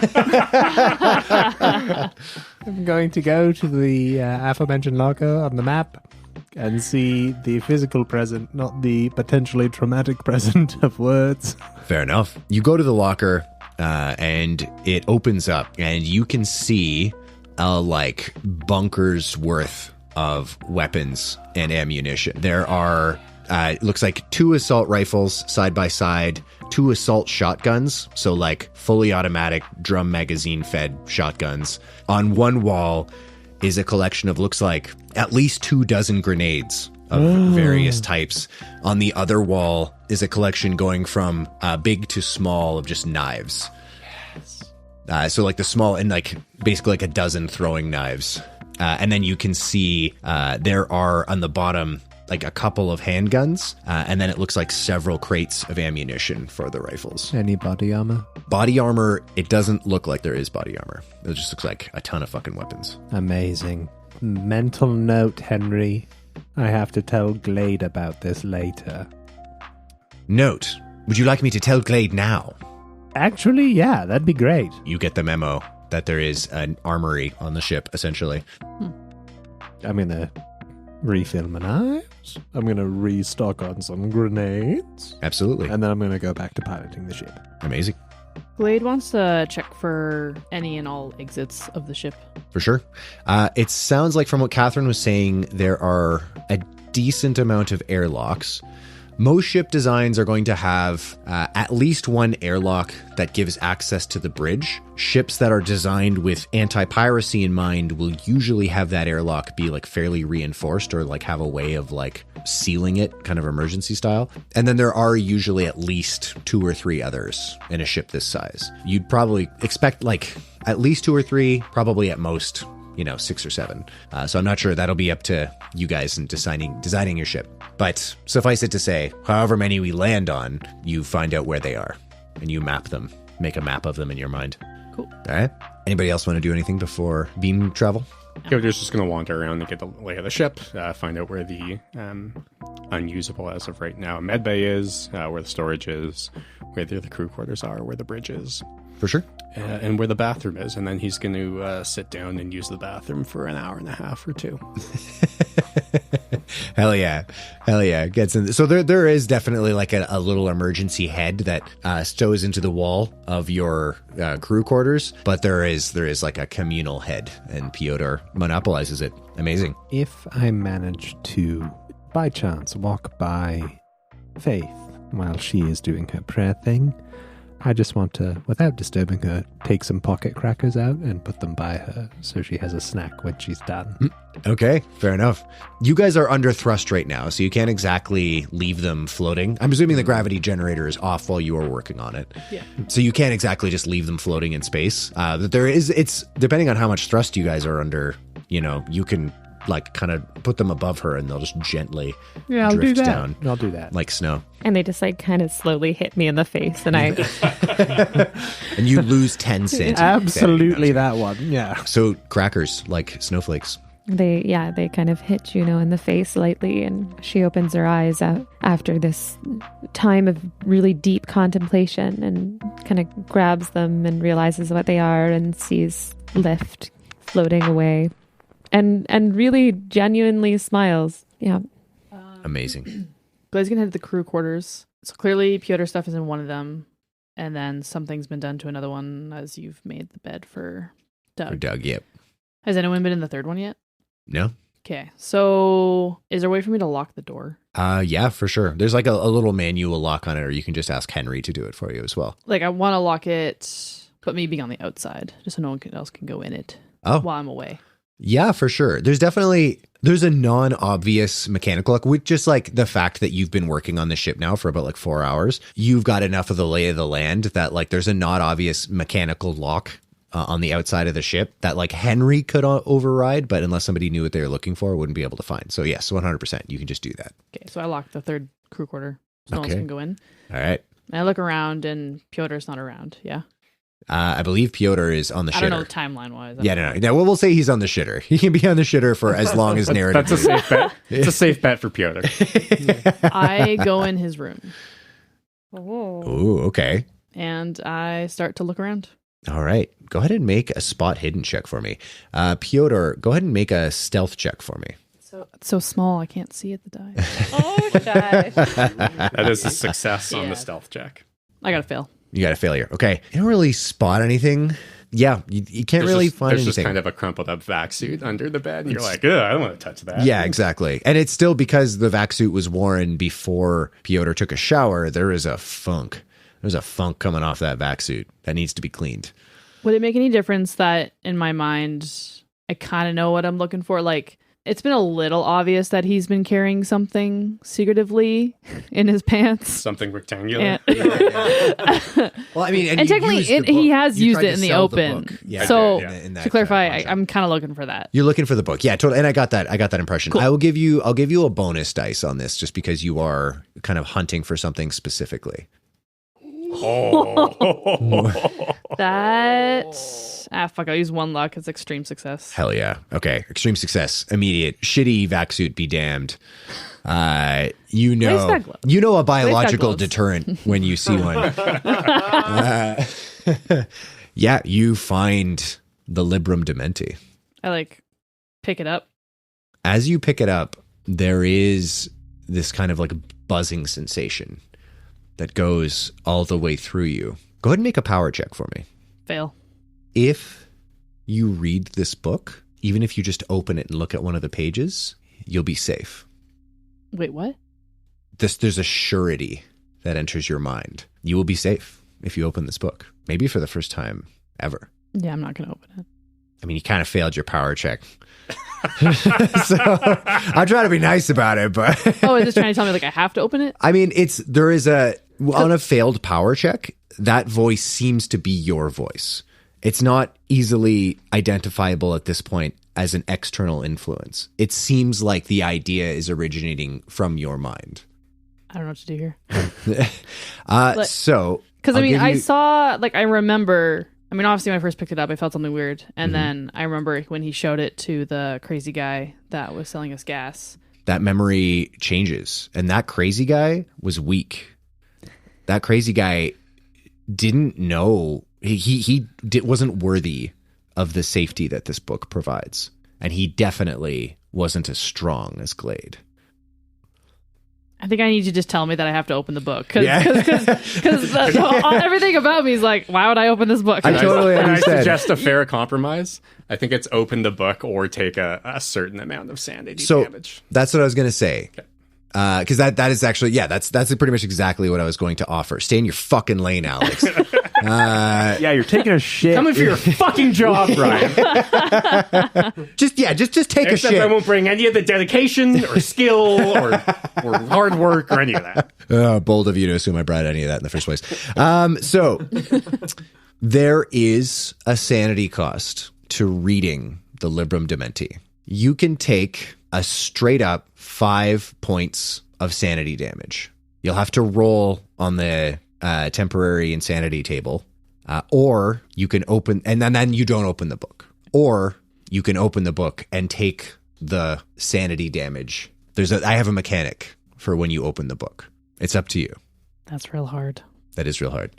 And in fact, just to let's make it a little bit more enticing to not open the book. It'll be 4.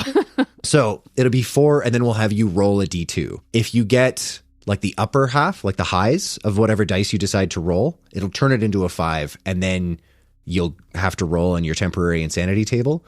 If you get the lower half, it'll just be 4. You'll just take 4 sanity damage straight up. I'll do that then. You take 4 sanity damage. Yeah. Okay. So go ahead and roll your D2 to see if you take 4 or 5. Damn it. It's the high. You take 5. Okay. Chose the least rolly dice. Was it the D4? Yeah. Man, you guys, 2 of you. I pick a dice and roll it, and you're like, D4. Jesus. Okay, but statistically speaking, it should be the same likelihood. Okay, but statistically speaking, it's a pyramid, so fuck you. No, you're right. Thank you, Alex. Okay, this is going to Wait, be... so I actually take 5 damage? You take 5 Okay, points so of sanity I'll just damage, okay. and I'm going to need you to make an intelligence check for me. Okay. You want to fail this. Oh, fuck. I succeed. Okay. That was a good roll. Yes. This is going to be fucking interesting. So you are going to suffer a real-time bout of madness. Oh, no. Go ahead and roll a d10 for me. 3. I'm just going to read it out. Don't be so happy.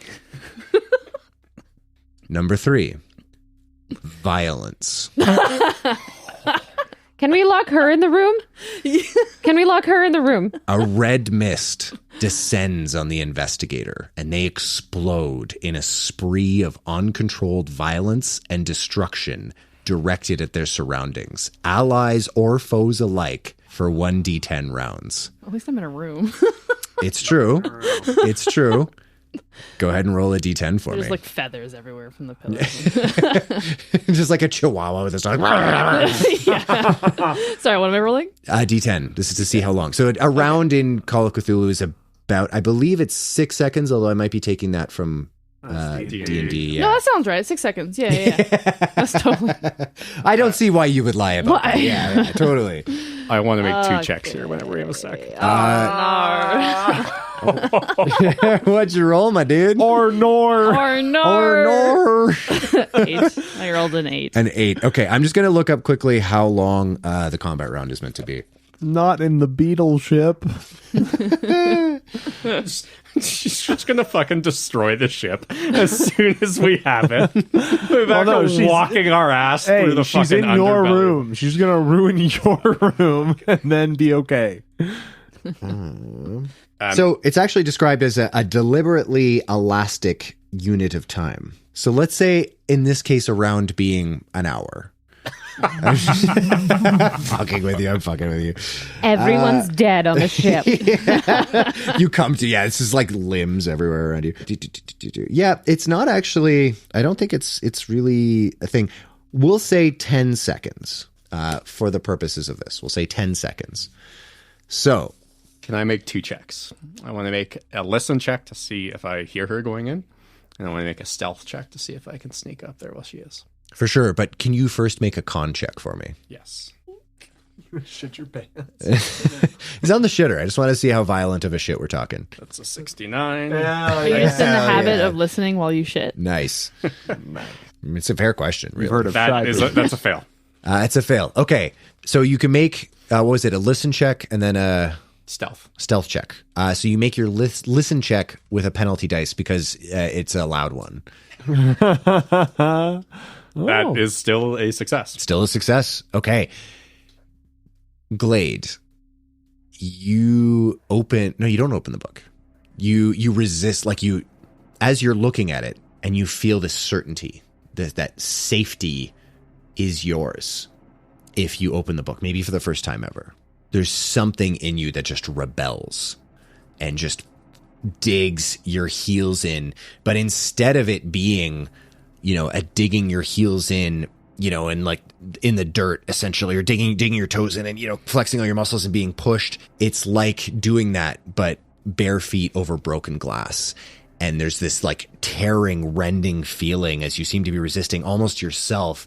And then the red mist descends and you just throw the book. There is a little mirror in the ship and it just smashes. And in this slightly less gravity, maybe like a third gravity, the shards of the mirror just float up and then start descending as you just like start tearing into the mattress and just ripping it to pieces. Pyotr, you hear the smash and the violent destruction.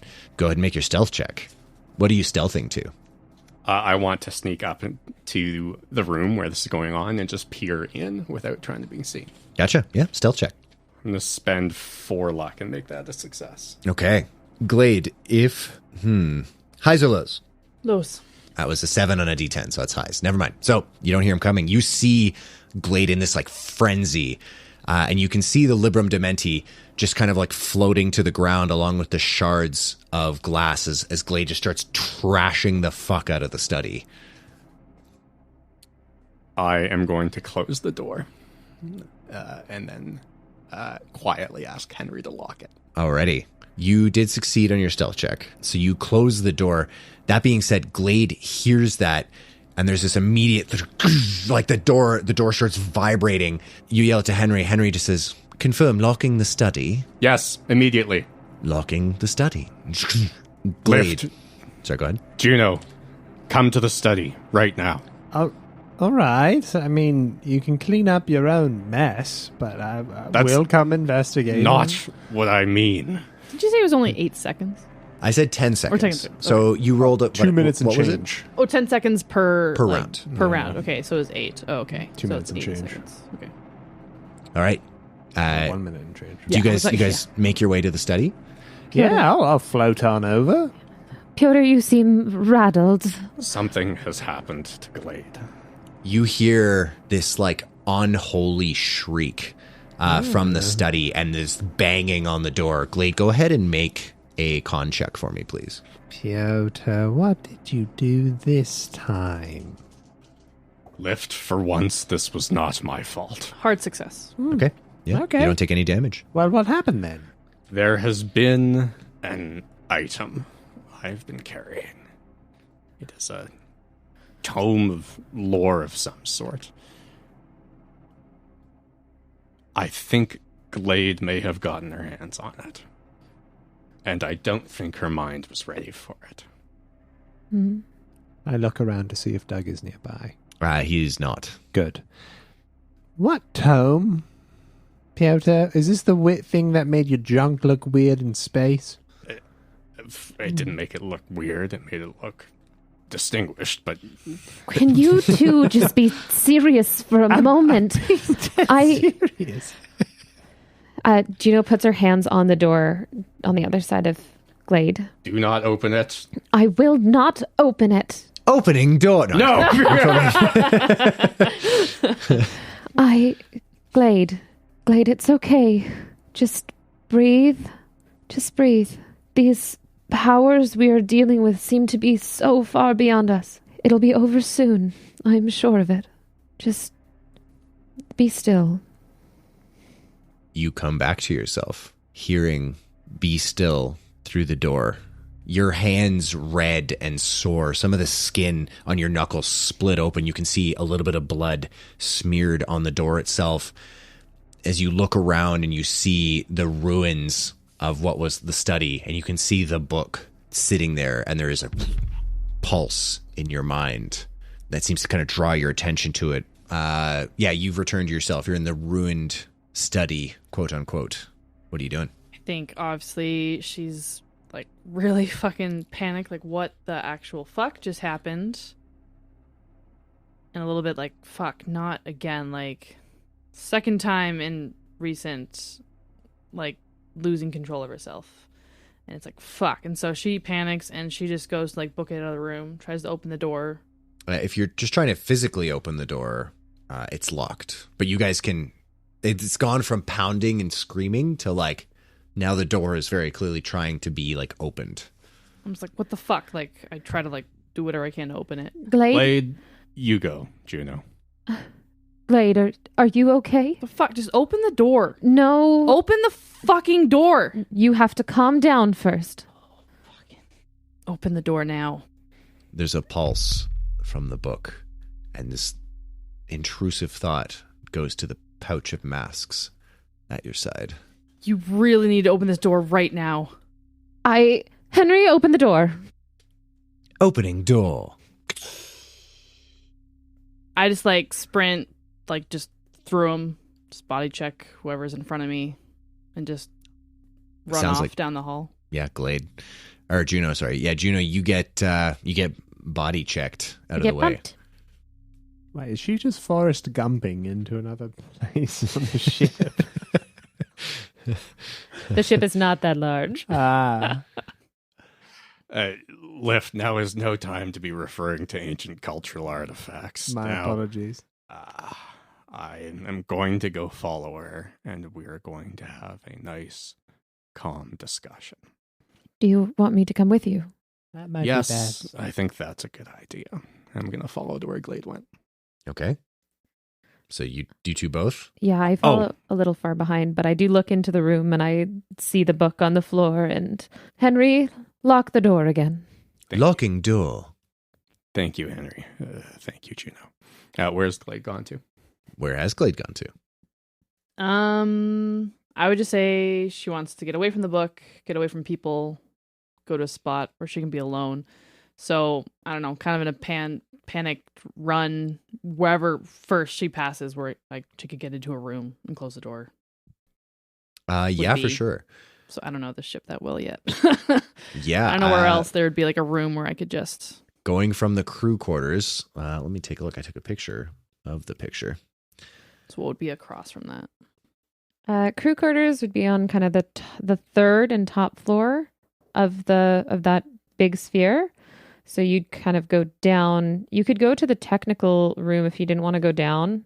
So the engine room and everything is kind of split into two sections on the sides.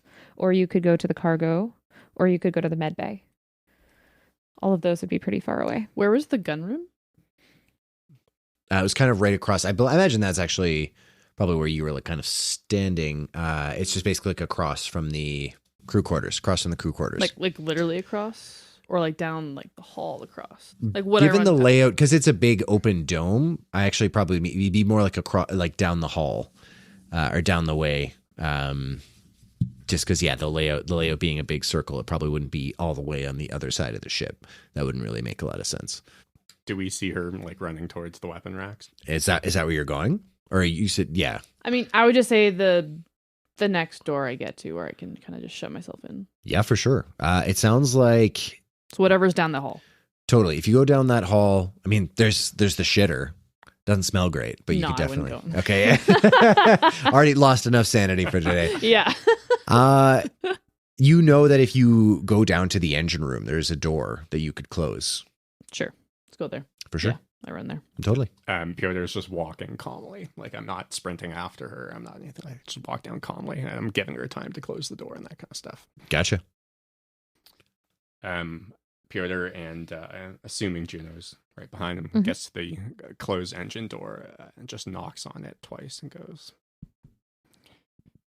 Glade, I don't expect you to say anything. I'm just going to say a few words, and then the Faith may have a few words to say, and then I'll leave you be. I gather that your profession is violence.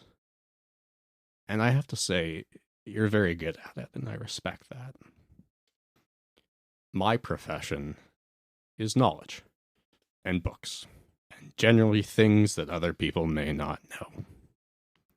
So long as you continue to use your profession to keep us all safe, I will continue to use mine in the same manner. I know I haven't necessarily been forthright or good with you, and that I may have interfered with your profession. I apologize, and I will stop. In return, I ask that you do not interfere with mine. I hope you feel better soon. And he'll walk away, back up to the room, and he'll put the book back exactly where it was. Okay. Using the vac suit to, not touch it and that kind of shit. For sure. Silence. Fair. Juno, you'd have heard all of that. Mm-hmm. Juno will sit with her full back pressed up against the door and kind of hum to herself and just try and calm herself down, that little bit of rhythm and vibration. Glade, you know as much as anyone here that something strange, beyond all of our expertise, is going on. I know you are trying to protect yourself and, by consequence, us. But you need to let us work together and let us help in order to do that. Whether you like it or not, that book it will continue to be on our ship. And it is important. While I don't quite understand why, but it is powerful. We cannot go off on our own, and I know how that sounds coming from me. Let me help you. Let us all help. And we may just get through this. You guided me when I didn't know where I was, hopping around on the outside of a space station, and I think in that moment I realized I was going to die for the first time in my life. These matters of spirit and evil and fear, this is my jumping around on the outside of a spaceship. This is where I find my expertise. When you are ready, let's talk, and we can help each other. And Juno still sits there, back to the door. For how long? We'll stay seated, just humming and breathing rhythmically. Okay, if you're still there, I don't know, let's say... Do we want to make a roll? We can make a roll. We can take a let's say, are you still there after 40 minutes? Oh, yeah, probably. Yeah. Yeah. I was going to do hours. Oh. Juno is going to go into monk mode. Right, yeah. Set up a tent. Yeah, I was like, D6 for how many hours I stay there. Yeah. No, okay, we'll say an hour. We'll say an hour. Your back's against the door, right? Mm-hmm. Yeah. You're like the door opens. Juno falls backwards and looks up. And I imagine... And Glade's not wearing her butterfly mask. She's wearing her driving helmet. Oh! What? What are you still doing there, darling? It's good practice that when people may need support, whether they accept it or not, just to be close. Well, if you need support, I can stay close to you. It's okay. I'm kind of hungry. I'm going to check out what kind of food we have. I step over Juno and walk away. Alrighty then. Go ahead and make a psychoanalysis check. Gladly. God damn it. I fail. Yeah, even on a fail, there's definitely something that, Juno is clued into that's happening there with the masks. What specifically, not 100% sure, but at that point, you can't quite nail down exactly what's going on, but there is something going on there. Mm-hmm. During the brief escapade of everyone going, after the door has been locked by Henry, and everyone has departed to go have their chat with Glade, I will go back quickly to the bridge. Henry? Yes, sir. Replay tape of the study for when Glade entered, please. Very good, sir. And terminal comes up, and you can see Glade kind of like poking around, looking distastedly at the shit-smeared vac suit, kind of unfolds it and grabs the book and then stands up straight. And then almost like, I can't remember if Lift saw it, but almost like when Juno was shocked, all the muscles on Glade seem to go tense, and then she stands there, and then just everything goes limp, and her head sags for a second, and then just explodes into this, like, orgy of violence that leaves the quote-unquote the study ruined. Henry? Yes, sir. Thank you. Please stop replaying the tapes. Stopping now. Unmute from the study going forward, so that in case something bad happens to Pyotr, I can hear him. Was I not meant to be recording audio from the study? No. I had it turned off because I thought he was fapping. I didn't want to hear that. But now that I know there's an evil book on the ship, I'd rather hear what's going on. I do have audio. Do you? Yes. Maybe I misunderstood your request. I just wasn't sending audio to the rest of the ship from the study. What did the audio sound like? I can play it back now for you if you would like. Best not. I don't know what caused this thing to happen, and if it was an audio thing, it could affect me even if it's being replayed. So, no, in fact, delete audio when someone touches the book. Better safe than sorry. Understood. From here on out, if someone touches the book in that room, lock them into the room, and they don't get to open the doors unless I say so. Do you understand, Henry? I do. Captain's orders. Thank you. What if you get locked into the room? Same thing. We'll find out. Would you like to review the video that Admiral Colinar Knox left for you? Let's wait until everyone goes to sleep, Henry. Very good, sir. We are now on approach to the beam barge Agatha. Wonderful. Just dock us as normal. We have all the correct certifications in place. Henry? Yes, sir. Does it ever bother you that pink isn't a color? Yes, it does bother me that pink is not a color. Yeah, it's the absence of color on the color wheel that our eyes just fill in the void of. You know that, right? Between black, white, and the rest of the color wheel. Yes, I do know that pink is the color that is the absence between other colors that we fill in the void with. Humans just imagine pink. It's not a real thing. Yes, humans do just imagine pink, and it is not a real thing. It bothers me sometimes. Yes, it bothers me sometimes. I like you, Henry. I like you, Captain. All right, Henry. Make sure everyone's okay. Very good. Lift is just collecting really weird companions. We're all playing Call of Cthulhu and Tom is playing Pokemon. Yes! Also the panic eyes from Brian being like, is this a thing? Yeah, what do I do?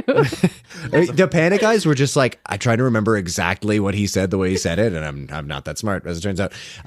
So unless anyone wants to do other things, 100% fast forward, you guys. We dock with the beam barge Agatha, which sadly, due to limitations of the infrastructure, does not have a bean barge that you guys can get caramel frappa lattes from.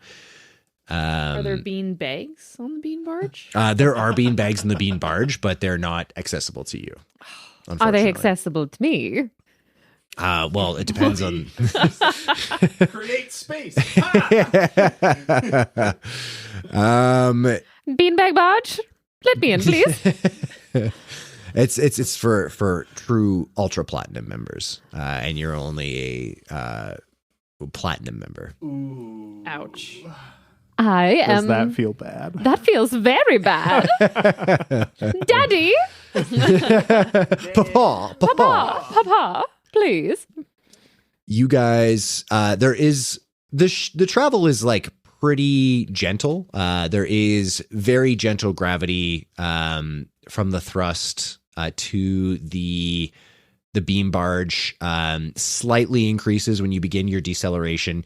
Mark off 1 unit of fuel from the ship. You're not gonna need to mark off 2 because you're traveling a relatively short distance, but just 1 unit of fuel to accelerate and decelerate. You got it? Just 1 unit? Just 1 unit of fuel. You guys, yeah, so there is, and then the ship shudders as you guys dock. It almost looks like almost jellyfish-like, the construction of the ship. It looks like there's like a shipping container, and then there is just a massive like support beam with rows of support beams kind of almost like hanging off of it and like attachments. And you can see ships, kind of burning from all directions, like decelerating as they get close to the ship, and then just attaching in these clamps, kind of locking them all in place. As you guys approach that, it seems to be there are between like 20 and 30 other ships that are attaching to this like strange skeletal structure that is the beam barge, which is one of the reasons that there's no communal space really. Because they are just these support beams that you're connecting to. There's another shudder as the beam with an M barge itself. You guys are just having fun. Tom and Catherine just make a bunch of gestures at each other. I just like how you describe this as jellyfish-like, and then you're like, yeah, there's like a shipping container and a bunch of iron beams. What the fuck do you think a jellyfish looks like? I think, okay. If I had to describe a jellyfish, it would be a long rectangle that says FedEx on the side. Is that not correct? Well, it is a box jellyfish. Yeah, ipso facto, No, I stand corrected. Checkmate. I basically have a master's in biology because I watched My Friend Octopus, that whatever that fucking video, that movie was on. That's between you and your fucking internet service. Yeah. I don't want to. Wait. There you go. I did watch the one on Pornhub as well. It's a very different version. It shudders again as the beam barge makes its way back to the station. As you guys are approaching Gate City again, you're now entering the open vacuum tunnel that basically leads to the gate. The gate itself being this like huge open space in the middle of Gate City, which you kind of walked around and almost under while you were in the GC admin tunnel. As you guys are entering, you can see the ship, like Henry is just passively notifying you of outside of the beam barge. There are a bunch of other ships that are also like sharing your transit with you, varying sizes. And as you guys are all, entering your transit formation, about to enter the gate itself, a alert comes over the system and it says, all ships move aside, naval transit incoming. And you guys stop. And then you can see the beam barge move aside and all the other ships basically like as if, an ambulance is coming down the street, all the cars moving to the side. And as you are looking into the beam gate space itself, within the center, the angry red lines of beam gate start forming, almost like cracks in space-time that start splintering and shattering in glass before the shape resolves itself into what our Reapers would identify as a Millennium-class battleship, with several cruisers and carriers, like a full heavy patrol materializes in the space and then begins burning past you. Fortunately, the gate space is enormous, so it's not like there's no real risk of collision, obviously. But just watching these massive warships, kind of materialize here and then start leaving the gate space is a sobering experience. When you talk about the angry red cracks, does Pyotr recognize the shade or color or the feeling of this red from the vision of an angry red eye that he had while he touched the book when he was walking outside the station? Absolutely. Okay. Swish. Pyotr breaks out in a cold sweat and walks to the bathroom to wash his face. Quote unquote. Gotcha. To take another shit. I like how You all have so little regard for that character. Like, yeah, he just had this massive realization so about sorry. the nature of space-time. I'm so Better sorry. go crank a load out in the porta shitter. Hey, But let's also remember how Pyotr started off. I'm so sorry. Under a desk. I love it. It was a perfect moment, and you're absolutely right. You could say I shit all over it, and that would be accurate. No, I sincerely, like, very, very well done. Very excellent dot to connect. And Alex, this is what it's like to be just Catherine all the time. yeah, that is true. Welcome my life, bitch. This is fair. But absolutely, I would say go ahead and make. So, not quite yet. Goes to the bathroom. As you are standing there in the mirror, the beam barge and the rest of the transit group moves into the center of the station. Henry says, admin, transmitting countdown now. Transit in 10, 9, Please sit down, everyone. No. 8, Sit down, everyone. Henry. 7, Henry, no. 6, No. Everyone No. strap in for the initial jump, please. 4, 3, No, no, no, no, no, no, no, no, no. And he collapses on the ground. Your mind fractures into red splinters. It's the vision of a pulsating star, one that you're looking at not through human eyes, dominates your consciousness, and you feel yourself pulled towards the star and pulled towards the star, and you try to pull back and try to pull back and try to pull back. And we'll leave Pyotr there on the floor of the bathroom for now. The rest of you, the splintering starts outside the ship, but eventually there's a split second where everything inside the ship seems to be sliced with these angry red lines, the shattering. And like anyone who's been through a Beamgate transit knows this very unsettling feeling of being broken apart just for a millisecond and then coming back together. Always unsettling. There's no amount of training or exposure to it that can make it feel okay. However, with everything that has happened, I need everyone to go ahead and make a sanity check for me. Woo. Whew. Wow. You've really come full circle. Yeah, I rolled a 1. Hell yeah. Hell yeah. I'm real sane now, guys. So sane. So sane. Like, It's almost unbelievably. suspicious, actually. I'm incredibly sane. All the doctors say so. It's tremendous. Oh, no. Pyotr very fails. Very fails. He's okay. unconscious anyway. Totally. It's fine. Everyone else? By everyone else, I mean Juno. I succeed. Succeed. Yeah. Lift. I succeed. Succeed. Pyotr, go ahead and roll a d2 because you did pass out.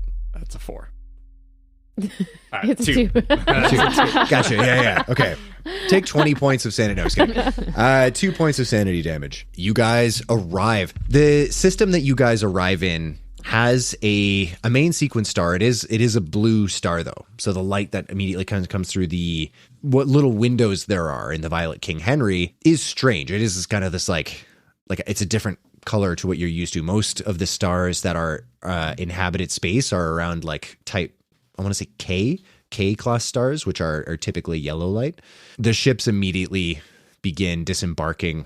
You can see even now some of the other ships, like Henry is just providing, on the corners of your terminals, little videos of just the various ships making their puny gate jumps, and you can see the jump scar, which disappears from the naked eye after a few seconds, but is trackable for quite a long time, which looks like a very small, very simple version of what that beam gate transit that you just experienced. Henry says, Captain, Yes, Henry. would you like to assume control, or would you like me to handle the first jump? I'll assume control, Henry. Very good, sir. Okay, one jump at a time, everyone. We've got 5 light years to go. 2 days to recharge. Add a star for each one in between. Here we go. I'll execute the maneuver. I don't think it's particularly difficult. Totally. If you're not trying to boost the jump, you can just do it. I'm not trying to boost the jump. I think it doesn't make sense unless our ship is actually fully operational. Things are damaged. I don't want to risk it. Totally. Yeah, no, it goes against me to do so. So no, just executing the jump. Alrighty. You guys are now in a spot where you have, unless you're going to boost the jump at any given point, it's going to be, what did I say? It was 43 light years. Mm-hmm. You can do 5 light years at a time. You're in a section of the Milky Way where the stars are close enough that like you're not going to get stranded. Like there will always be another star within 5 light years essentially. So we're not going to worry about that kind of navigation. If you guys end up going into deep space, we might involve that kind of mechanic, but for the moment, no, you guys are safe. So it's going to be 8 jumps. It's actually going to be 8.6, but I'm going to round down. So that is 16 days at the minimum. What I would like to do here is a little mini inspector development phase, because this is the first like real extended period of downtime we'll have. Now, what I should have been doing this entire time is I should have every skill that you've done that you've succeeded on, I should put a little check mark beside, and then you get to try to improve that skill. Oh boy. So the stars aren't alright at gmail.com. Let us know which skill checks we've actually succeeded at. A thought occurred to me. Episodes. A thought occurred to me the other day, which is like, if we didn't tell people that we were all in our 30s, there would be no fact more telling than the thing that we've plugged the most is our Gmail. Oh my God, you're right. Exactly. Like, yeah. No. Just like write us fan mail at the postal box, P.O. box, whatever. Use your pigeons, children. Send us your mail. But anyway, okay. So what I'll do then is Wait, do we even have a Gmail? We do have oh yeah, the Gmail that we've been giving out. Yeah. We're gonna have to change it if this ever like gets popular. Like it's gonna be death threats like top to statistically bottom. based. We are more popular than most podcasts we've ever started. So congratulations, everybody! Yay! Well, anyway, they're jerking ourselves off aside. Let's get into the inspector development phase. So I'm going to say over the course of 16 days, we're not going to do it for every skill that you guys have succeeded on. I'm going to say pick 3 skills that you guys know you have succeeded on a check on. Okay. The way the development works is that you roll against your skill, but unlike a normal skill check, you're trying to get above the skill that you're going to improve. So you don't have to pick your highest skill. You guys can cherry pick a little bit, right? So the higher the skill, the harder it'll be to improve, basically. If you roll above your check, then you roll a d10 and you add that to that skill number. Right? So it's possible you can improve your skill by 10. If you manage to do this and you get a skill above 90, you regain sanity. I'll have to take a look just to see how much, because it implies that you've achieved such a level of mastery. Like if you are above 90 in a skill, if it were in Earth terms, you'd be amongst the best in the world at that skill. Yet still, Juno failed her speech. She was so hammered. She was so hammered. So guys, go ahead, pick your 3 skills, and then, yeah. Okay. Then you roll a D100. D100. So, and you want to get above the skill as opposed to below. If you get above it, then you get to roll a D10 and add whatever. Yeah. Absolutely. Executing the jump count as using my pilot skill, or is that just so carefree that it doesn't even count? I didn't make you make a skill check for it. Yeah, that's what I was thinking. Yeah, I'm going to say no. I'm going to say no because you haven't done any piloting yet. Then at this point, by laws of the game, I've only used 3 skills: throw, sleight of hand, and stealth. Holy shit! I guess that's true, isn't it? Yeah. Oh, man. Okay. Then those are the 3 I choose. All right. Yeah. That's amazing. Actually, no, 4 sysops. I wanted to brawl at some point, but I got shot before I could brawl with someone. True. So here we go. All right. And then announce which one you're doing and let us know just so we can have should we go in order so that we can just knock this out? Yeah, let's do it. Like we'll do skill, and we'll just kind of go around. So start with lift. Seem to have it. All right. Because it's the least likely to succeed, I will choose the skill of throw. All right, go ahead and roll. So you're trying to roll above. What's your skill and throw right now? 90. Holy shit, yeah. I'm so... Borrow Catherine's persuade dice. Yeah. Yeah. Which ones did you use to talk to the masses? I don't have them here. Noted. I will... Because they're But you the priest getting you can exercise. use 10d10 if you want. I did not roll above 90. I did roll very high, a 75. Damn. Okay, but still, no skill gain for throw. Nope. All right, Juno. You just need more alcohol, and then you'll roll higher. That's how it works, right? Juno. I'm going to start off with firearms, handguns. That makes a lot of sense. Yeah. All right. Saw you that coming. You want to fail this one. I do not fail it. Okay. I succeed. Rough. I succeeded. What is yours? It's 50. This is literally like a coin toss. Wait, You could just- next why time, does she want to roll below it? you want to roll above it I want to roll above it. because she was trying to improve her firearms check. She failed by succeeding. Okay. Yes, exactly. Y'all are confusing me. All right. Sorry. So you want to succeed at failing. Right, exactly. Yeah, no problem. Totally. Fail I hope to that succeed. to Yes. fail to succeed, and then you'll succeed to fail. Yeah. So go ahead. I hope that clarified it for you. So go ahead and roll. I already did oh, because I didn't amazing. know we were doing the turn order thing. That's so totally I fine. did spot hidden and I rolled above. So sweet. So Yeah. you So I rolled a d10 and added to it. incredible. How much did you add? I mean, you don't have 4. to. Yeah, okay, that's fair. You guys don't have to share the numbers. I'm just doing it because I'm nosy. I trust all y'all. Pyotr. Pyotr's going to try to improve his stealth. And he rolls above, which Amazing. is great. He improves it by 1 point. Nice. Amazing. I was debating implementing a reroll ones. I'm going to give you the option of rerolling one. Do I get another type of benefit if I don't reroll this one? May not give you a little handy into the table. No, that's a great question. You know what? Yeah, if you choose not to reroll the one, you can get a D3 plus 1 luck back. Okay, I'm going to take that then. Okay? Are we back to me then? Yep. All right. And I will regain 4 luck.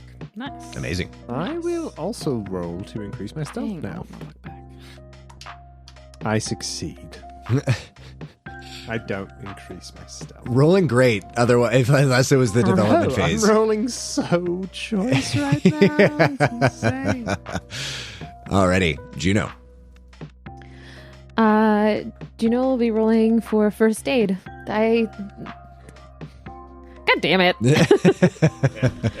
Yeah. I succeeded. I'm gonna look to improve my stealth as well. All right. Yeah, I'm good. Hell yeah. Glade just fucking Nice. crushing it. That's pretty good. Alrighty. Again, you don't have to tell us the number, but you can if you want. Okay, Pyotr's going to I'm now 100 and everything. Shit. Canon. Fuck. Damn it. All right, well, if you said it, that's the way the game works. Exactly. Pyotr's going to try to improve his fast talk. He is above, Hell yeah. and he gains 4 points. Fuck yeah. Very well. Very well done. All right. Lift. Last one. This Got one's for this. all the marbles. This is for sys ops. I only did this check once, and it was when Pyotr got covered in shit.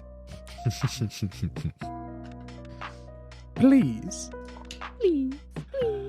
Thank God. Yay! We got one. Hooray. Yay. Here we go. I increased by 8. Fuck hell yeah. yeah. Jesus. Nice. Good job. Nice. Juno.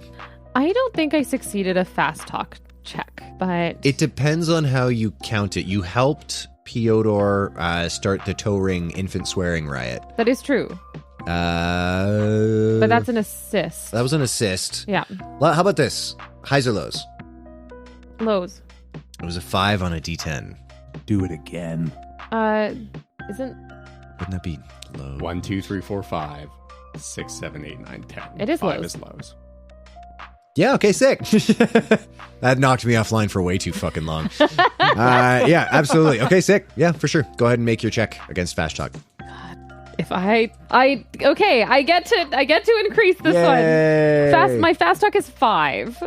Okay, yeah. if I succeeded that, I would have flipped this big table. I get to increase it by 3. Hell yeah. Thank you. All right, I'm gonna try and improve my fighting brawl. No, All I right. do not. You're just too good. Yeah. All right, Pyotr. Okay, so because Glade is so angry that my character is useless at things, I'm going to increase one of the hard skills, being anthropology. And I fucking fail to I succeed to I don't fucking bullshit. So I'm going to imagine in my mind that it's just like Pyotr's just like, I'm going to crack down on this anthropology thing. And then there's just the memory of that one oxygen tank that you just connected with more than any person you've ever met in your entire life. And there's kind of like a little tingle somewhere deep in Pyotr's heart for that oxygen tank. For sure. Maybe It's hard to concentrate. a new folder maybe needs to be created. That's besmirching the good name of the oxygen tanks, okay?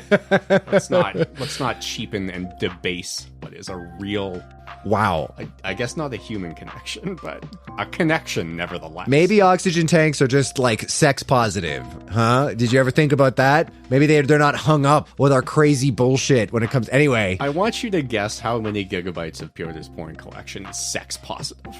1. Moving on. Moving on. Gigabyte. yeah, Moving that's on. a very good point. But absolutely correct. Yes, Catherine, we are moving on. Moving on. We can stop talking about our peeners now. Is that better? I'm doing what you wanted. Don't look at me that way. Just go faster. That's what you Phrasing?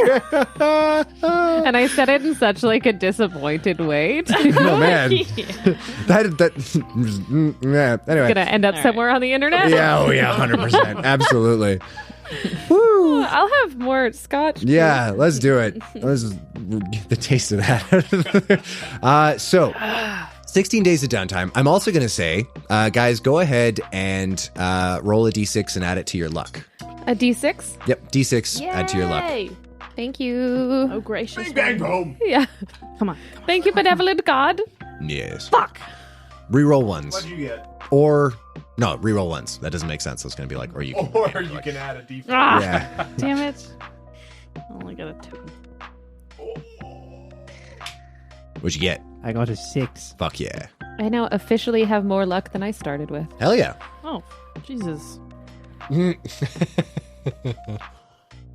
terms of, I don't know if you're getting to this, in terms of healing wounds, Pyotr's going to spend most of this time lying down in a bed, desperately trying to have his ear regrow into itself. Totally. So you don't have a major wound, right? I do not have a major wound. Totally. Yeah. Regrow into itself? Sprout an ear? I'm hoping it reattaches. I don't know. Okay. HP wise, you're going to go back to full in this time period. Okay.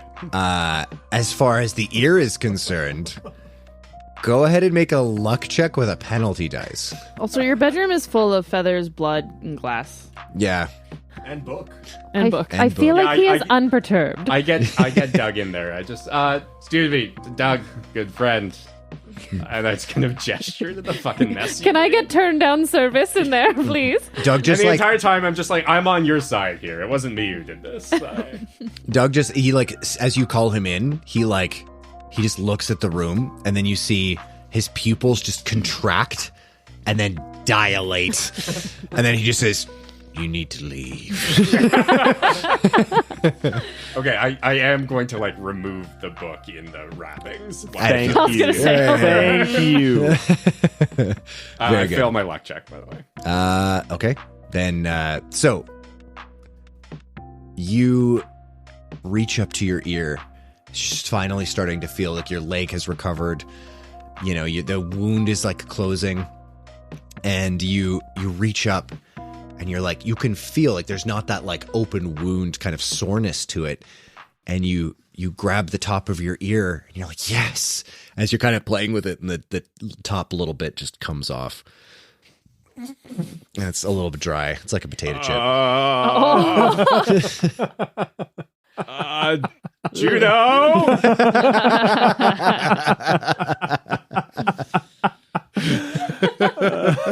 Juno! Can I get some help here, please? Yes, what do you... I was in the middle of something. What do you want? Oh my God, what are you holding? What do I do? What with happened to your this? face? Oh. What do I do with this piece of my ear? Oh. Come Should we put it on ice or something? Will that make you feel better? Yes. Then yes, let's do that. Come with me. Can I make I'm gonna take him down to the med bay.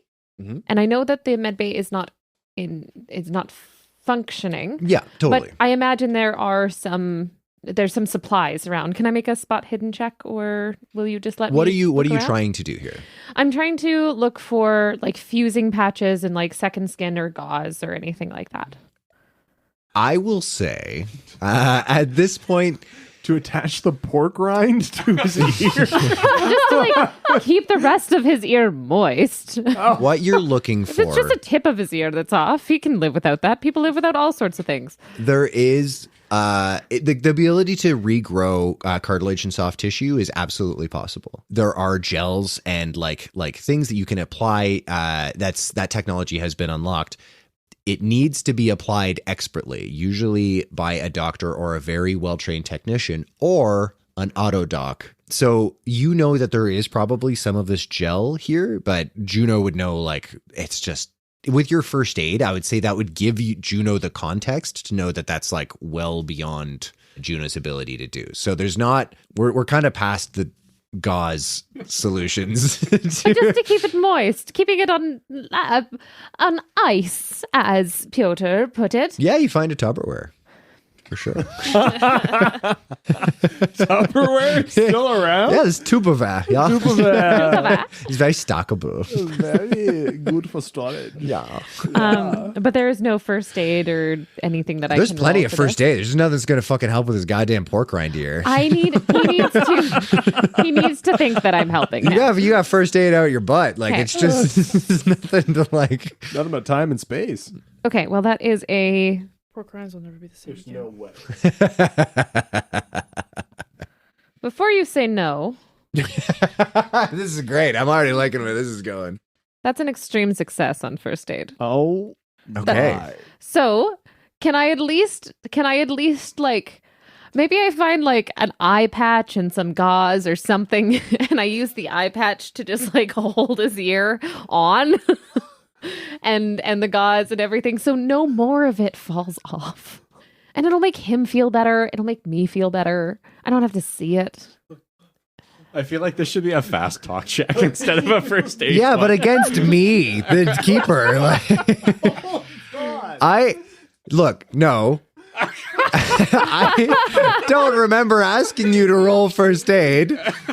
I'm happy for you. You got an extreme success. If you want to grab an eye patch, shove the desiccated corpse of Pyotr's ear in it, and then attach it to the side of his head, be my guest. Absolutely. You know what? I am going to do that. And I'll say you And- did it extremely well. You're like, go fucking off. I am going to attach the gauze and the eye patch to Pyotr's ear expertly, and I'm going to give myself those luck points back that I used to extremely succeed that roll. Is this game transactional? Do you have your receipt for your like the luck spending? No returns without a receipt. Play the game, Brian. No, absolutely not. I will not be accepting your shade, madam. All I want to do is I want to make him feel better. That's all. Yeah, okay. You want to do some pirate ass bullshit on his ear? Like, absolutely. It's conveniently elastic already. Go Day nuts. one in space. Okay, so Mutiny. I mean, since I feel Mutiny of better, Brian. that means I regain some sanity, right? Well, I was actually. Yeah, Oh Brian. my I was going to God. get into that, but now I don't want to. Not because you told me. Not because you told me to. I promise to be nice. Remember, like, at the top of this when I said I love you guys? I might have been premature. No, love is complicated. Love is complicated, and family is complicated. And, like, most murders are done by people you know. So, Reattaching an ear, though, is apparently pretty simple. So. yeah, some gauze, some duct, an eye patch. Fuck it. How hard can it be? Okay, so regaining sanity. If you guys were just spending 16 days full R&R mode, yes, not quite the case. So let's get into logistics of food. Let's not get too much into that. We spent a lot of time, basically setting up Windows XP on your ship, so we don't need to get too far into it. At this point, food, you're never going to starve to death as long as your ship has power. There's a device in your galley where if you can feed it matter, it will basically reconstitute it into a slurry that is nutritionally dense and will give you what you need. It'll give you all your calories and, micronutrients, macronutrients that you need. However, just eating that stuff, if you do that for the entire trip, you're not going to regain sanity in your downtime. It's just not good living. However, you do so happen to have a psychoanalyst on board. Juno, if you would like to spend that, anyone who would you think conceivably spend time doing therapy with Juno, you can make your psychoanalysis check. And if you succeed, they can regain sanity. I believe you'd quoted this previously. Yeah, we are, to be very fair, we are kind of skirting the rules a little bit because it's meant to be once per month. Right. But so what I'll say is I'll let you guys each make one check because you guys you're gonna have a lot of downtime. Realistically, there's gonna be some ship maintenance stuff that's gonna take up some of your time, but realistically, you're just orbiting around stars for the next 2 weeks, just waiting for the puny gate to charge.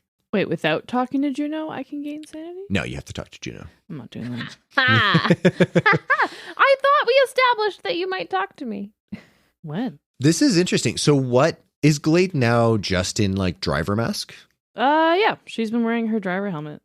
Driver helmet the whole time. A little bit. Interesting. Well, I don't know. Are we jumping to the end of this? We can pause. I just wanted to handle some of the crunchier mechanic stuff, but we can do RP stuff after. I just kind of wanted to get the dice rolling out of the way first. I do have a bit of RP. I mentioned that when everyone goes to sleep for the first time after our first little jump there, that then I would listen to the recordings and read the files from Colinar Knox. Yeah, for sure. Let's get into that first then, because that might maybe influence your decision. Perfect. That's what I was thinking. Maybe I would be more receptive to therapy if I got heard. Read things. Okay. On one of our little pee breaks. I mean, I prepared this beforehand because I'm a responsible keeper. On one of our little pee breaks, I wrote out this thing. You find a video. Uh-huh. You see Admiral Colinar Knox sitting there. He's not in uniform. Seems to be wearing a ship jumpsuit. Which has some grease on it. In the very background of the video, you can hear somebody else kind of fossicking around, repairing stuff. You feel clangs of metal on metal, and you intuit that that's probably Frederico in the distance, working on something. And then Colinar is not looking at the camera right away, just kind of heaves a sigh, and then blinks a few times, and he looks at the camera, puts his hands together. He says, I hate to peddle in cliches, but if you're watching this, I'm probably dead. I had hoped to finally start sharing the details of your past with you, but it's looking like I'm not going to get the chance. I think naval intelligence has started to catch my scent. There's no reason to suspect that they know about this ship, but fly safe just to be on the safe side. So, confession time. I've been working with the terrorist group known as the Witnesses. I never thought I would compromise my oath to the council like this, but I also never really realized what it was that I was truly fighting for, honestly. I knew the council had its rough edges, and anyone with eyes can see that the major corporations essentially own the assembly, but I thought the pact protected the citizens from the worst of what humanity could bring to bear. I was wrong.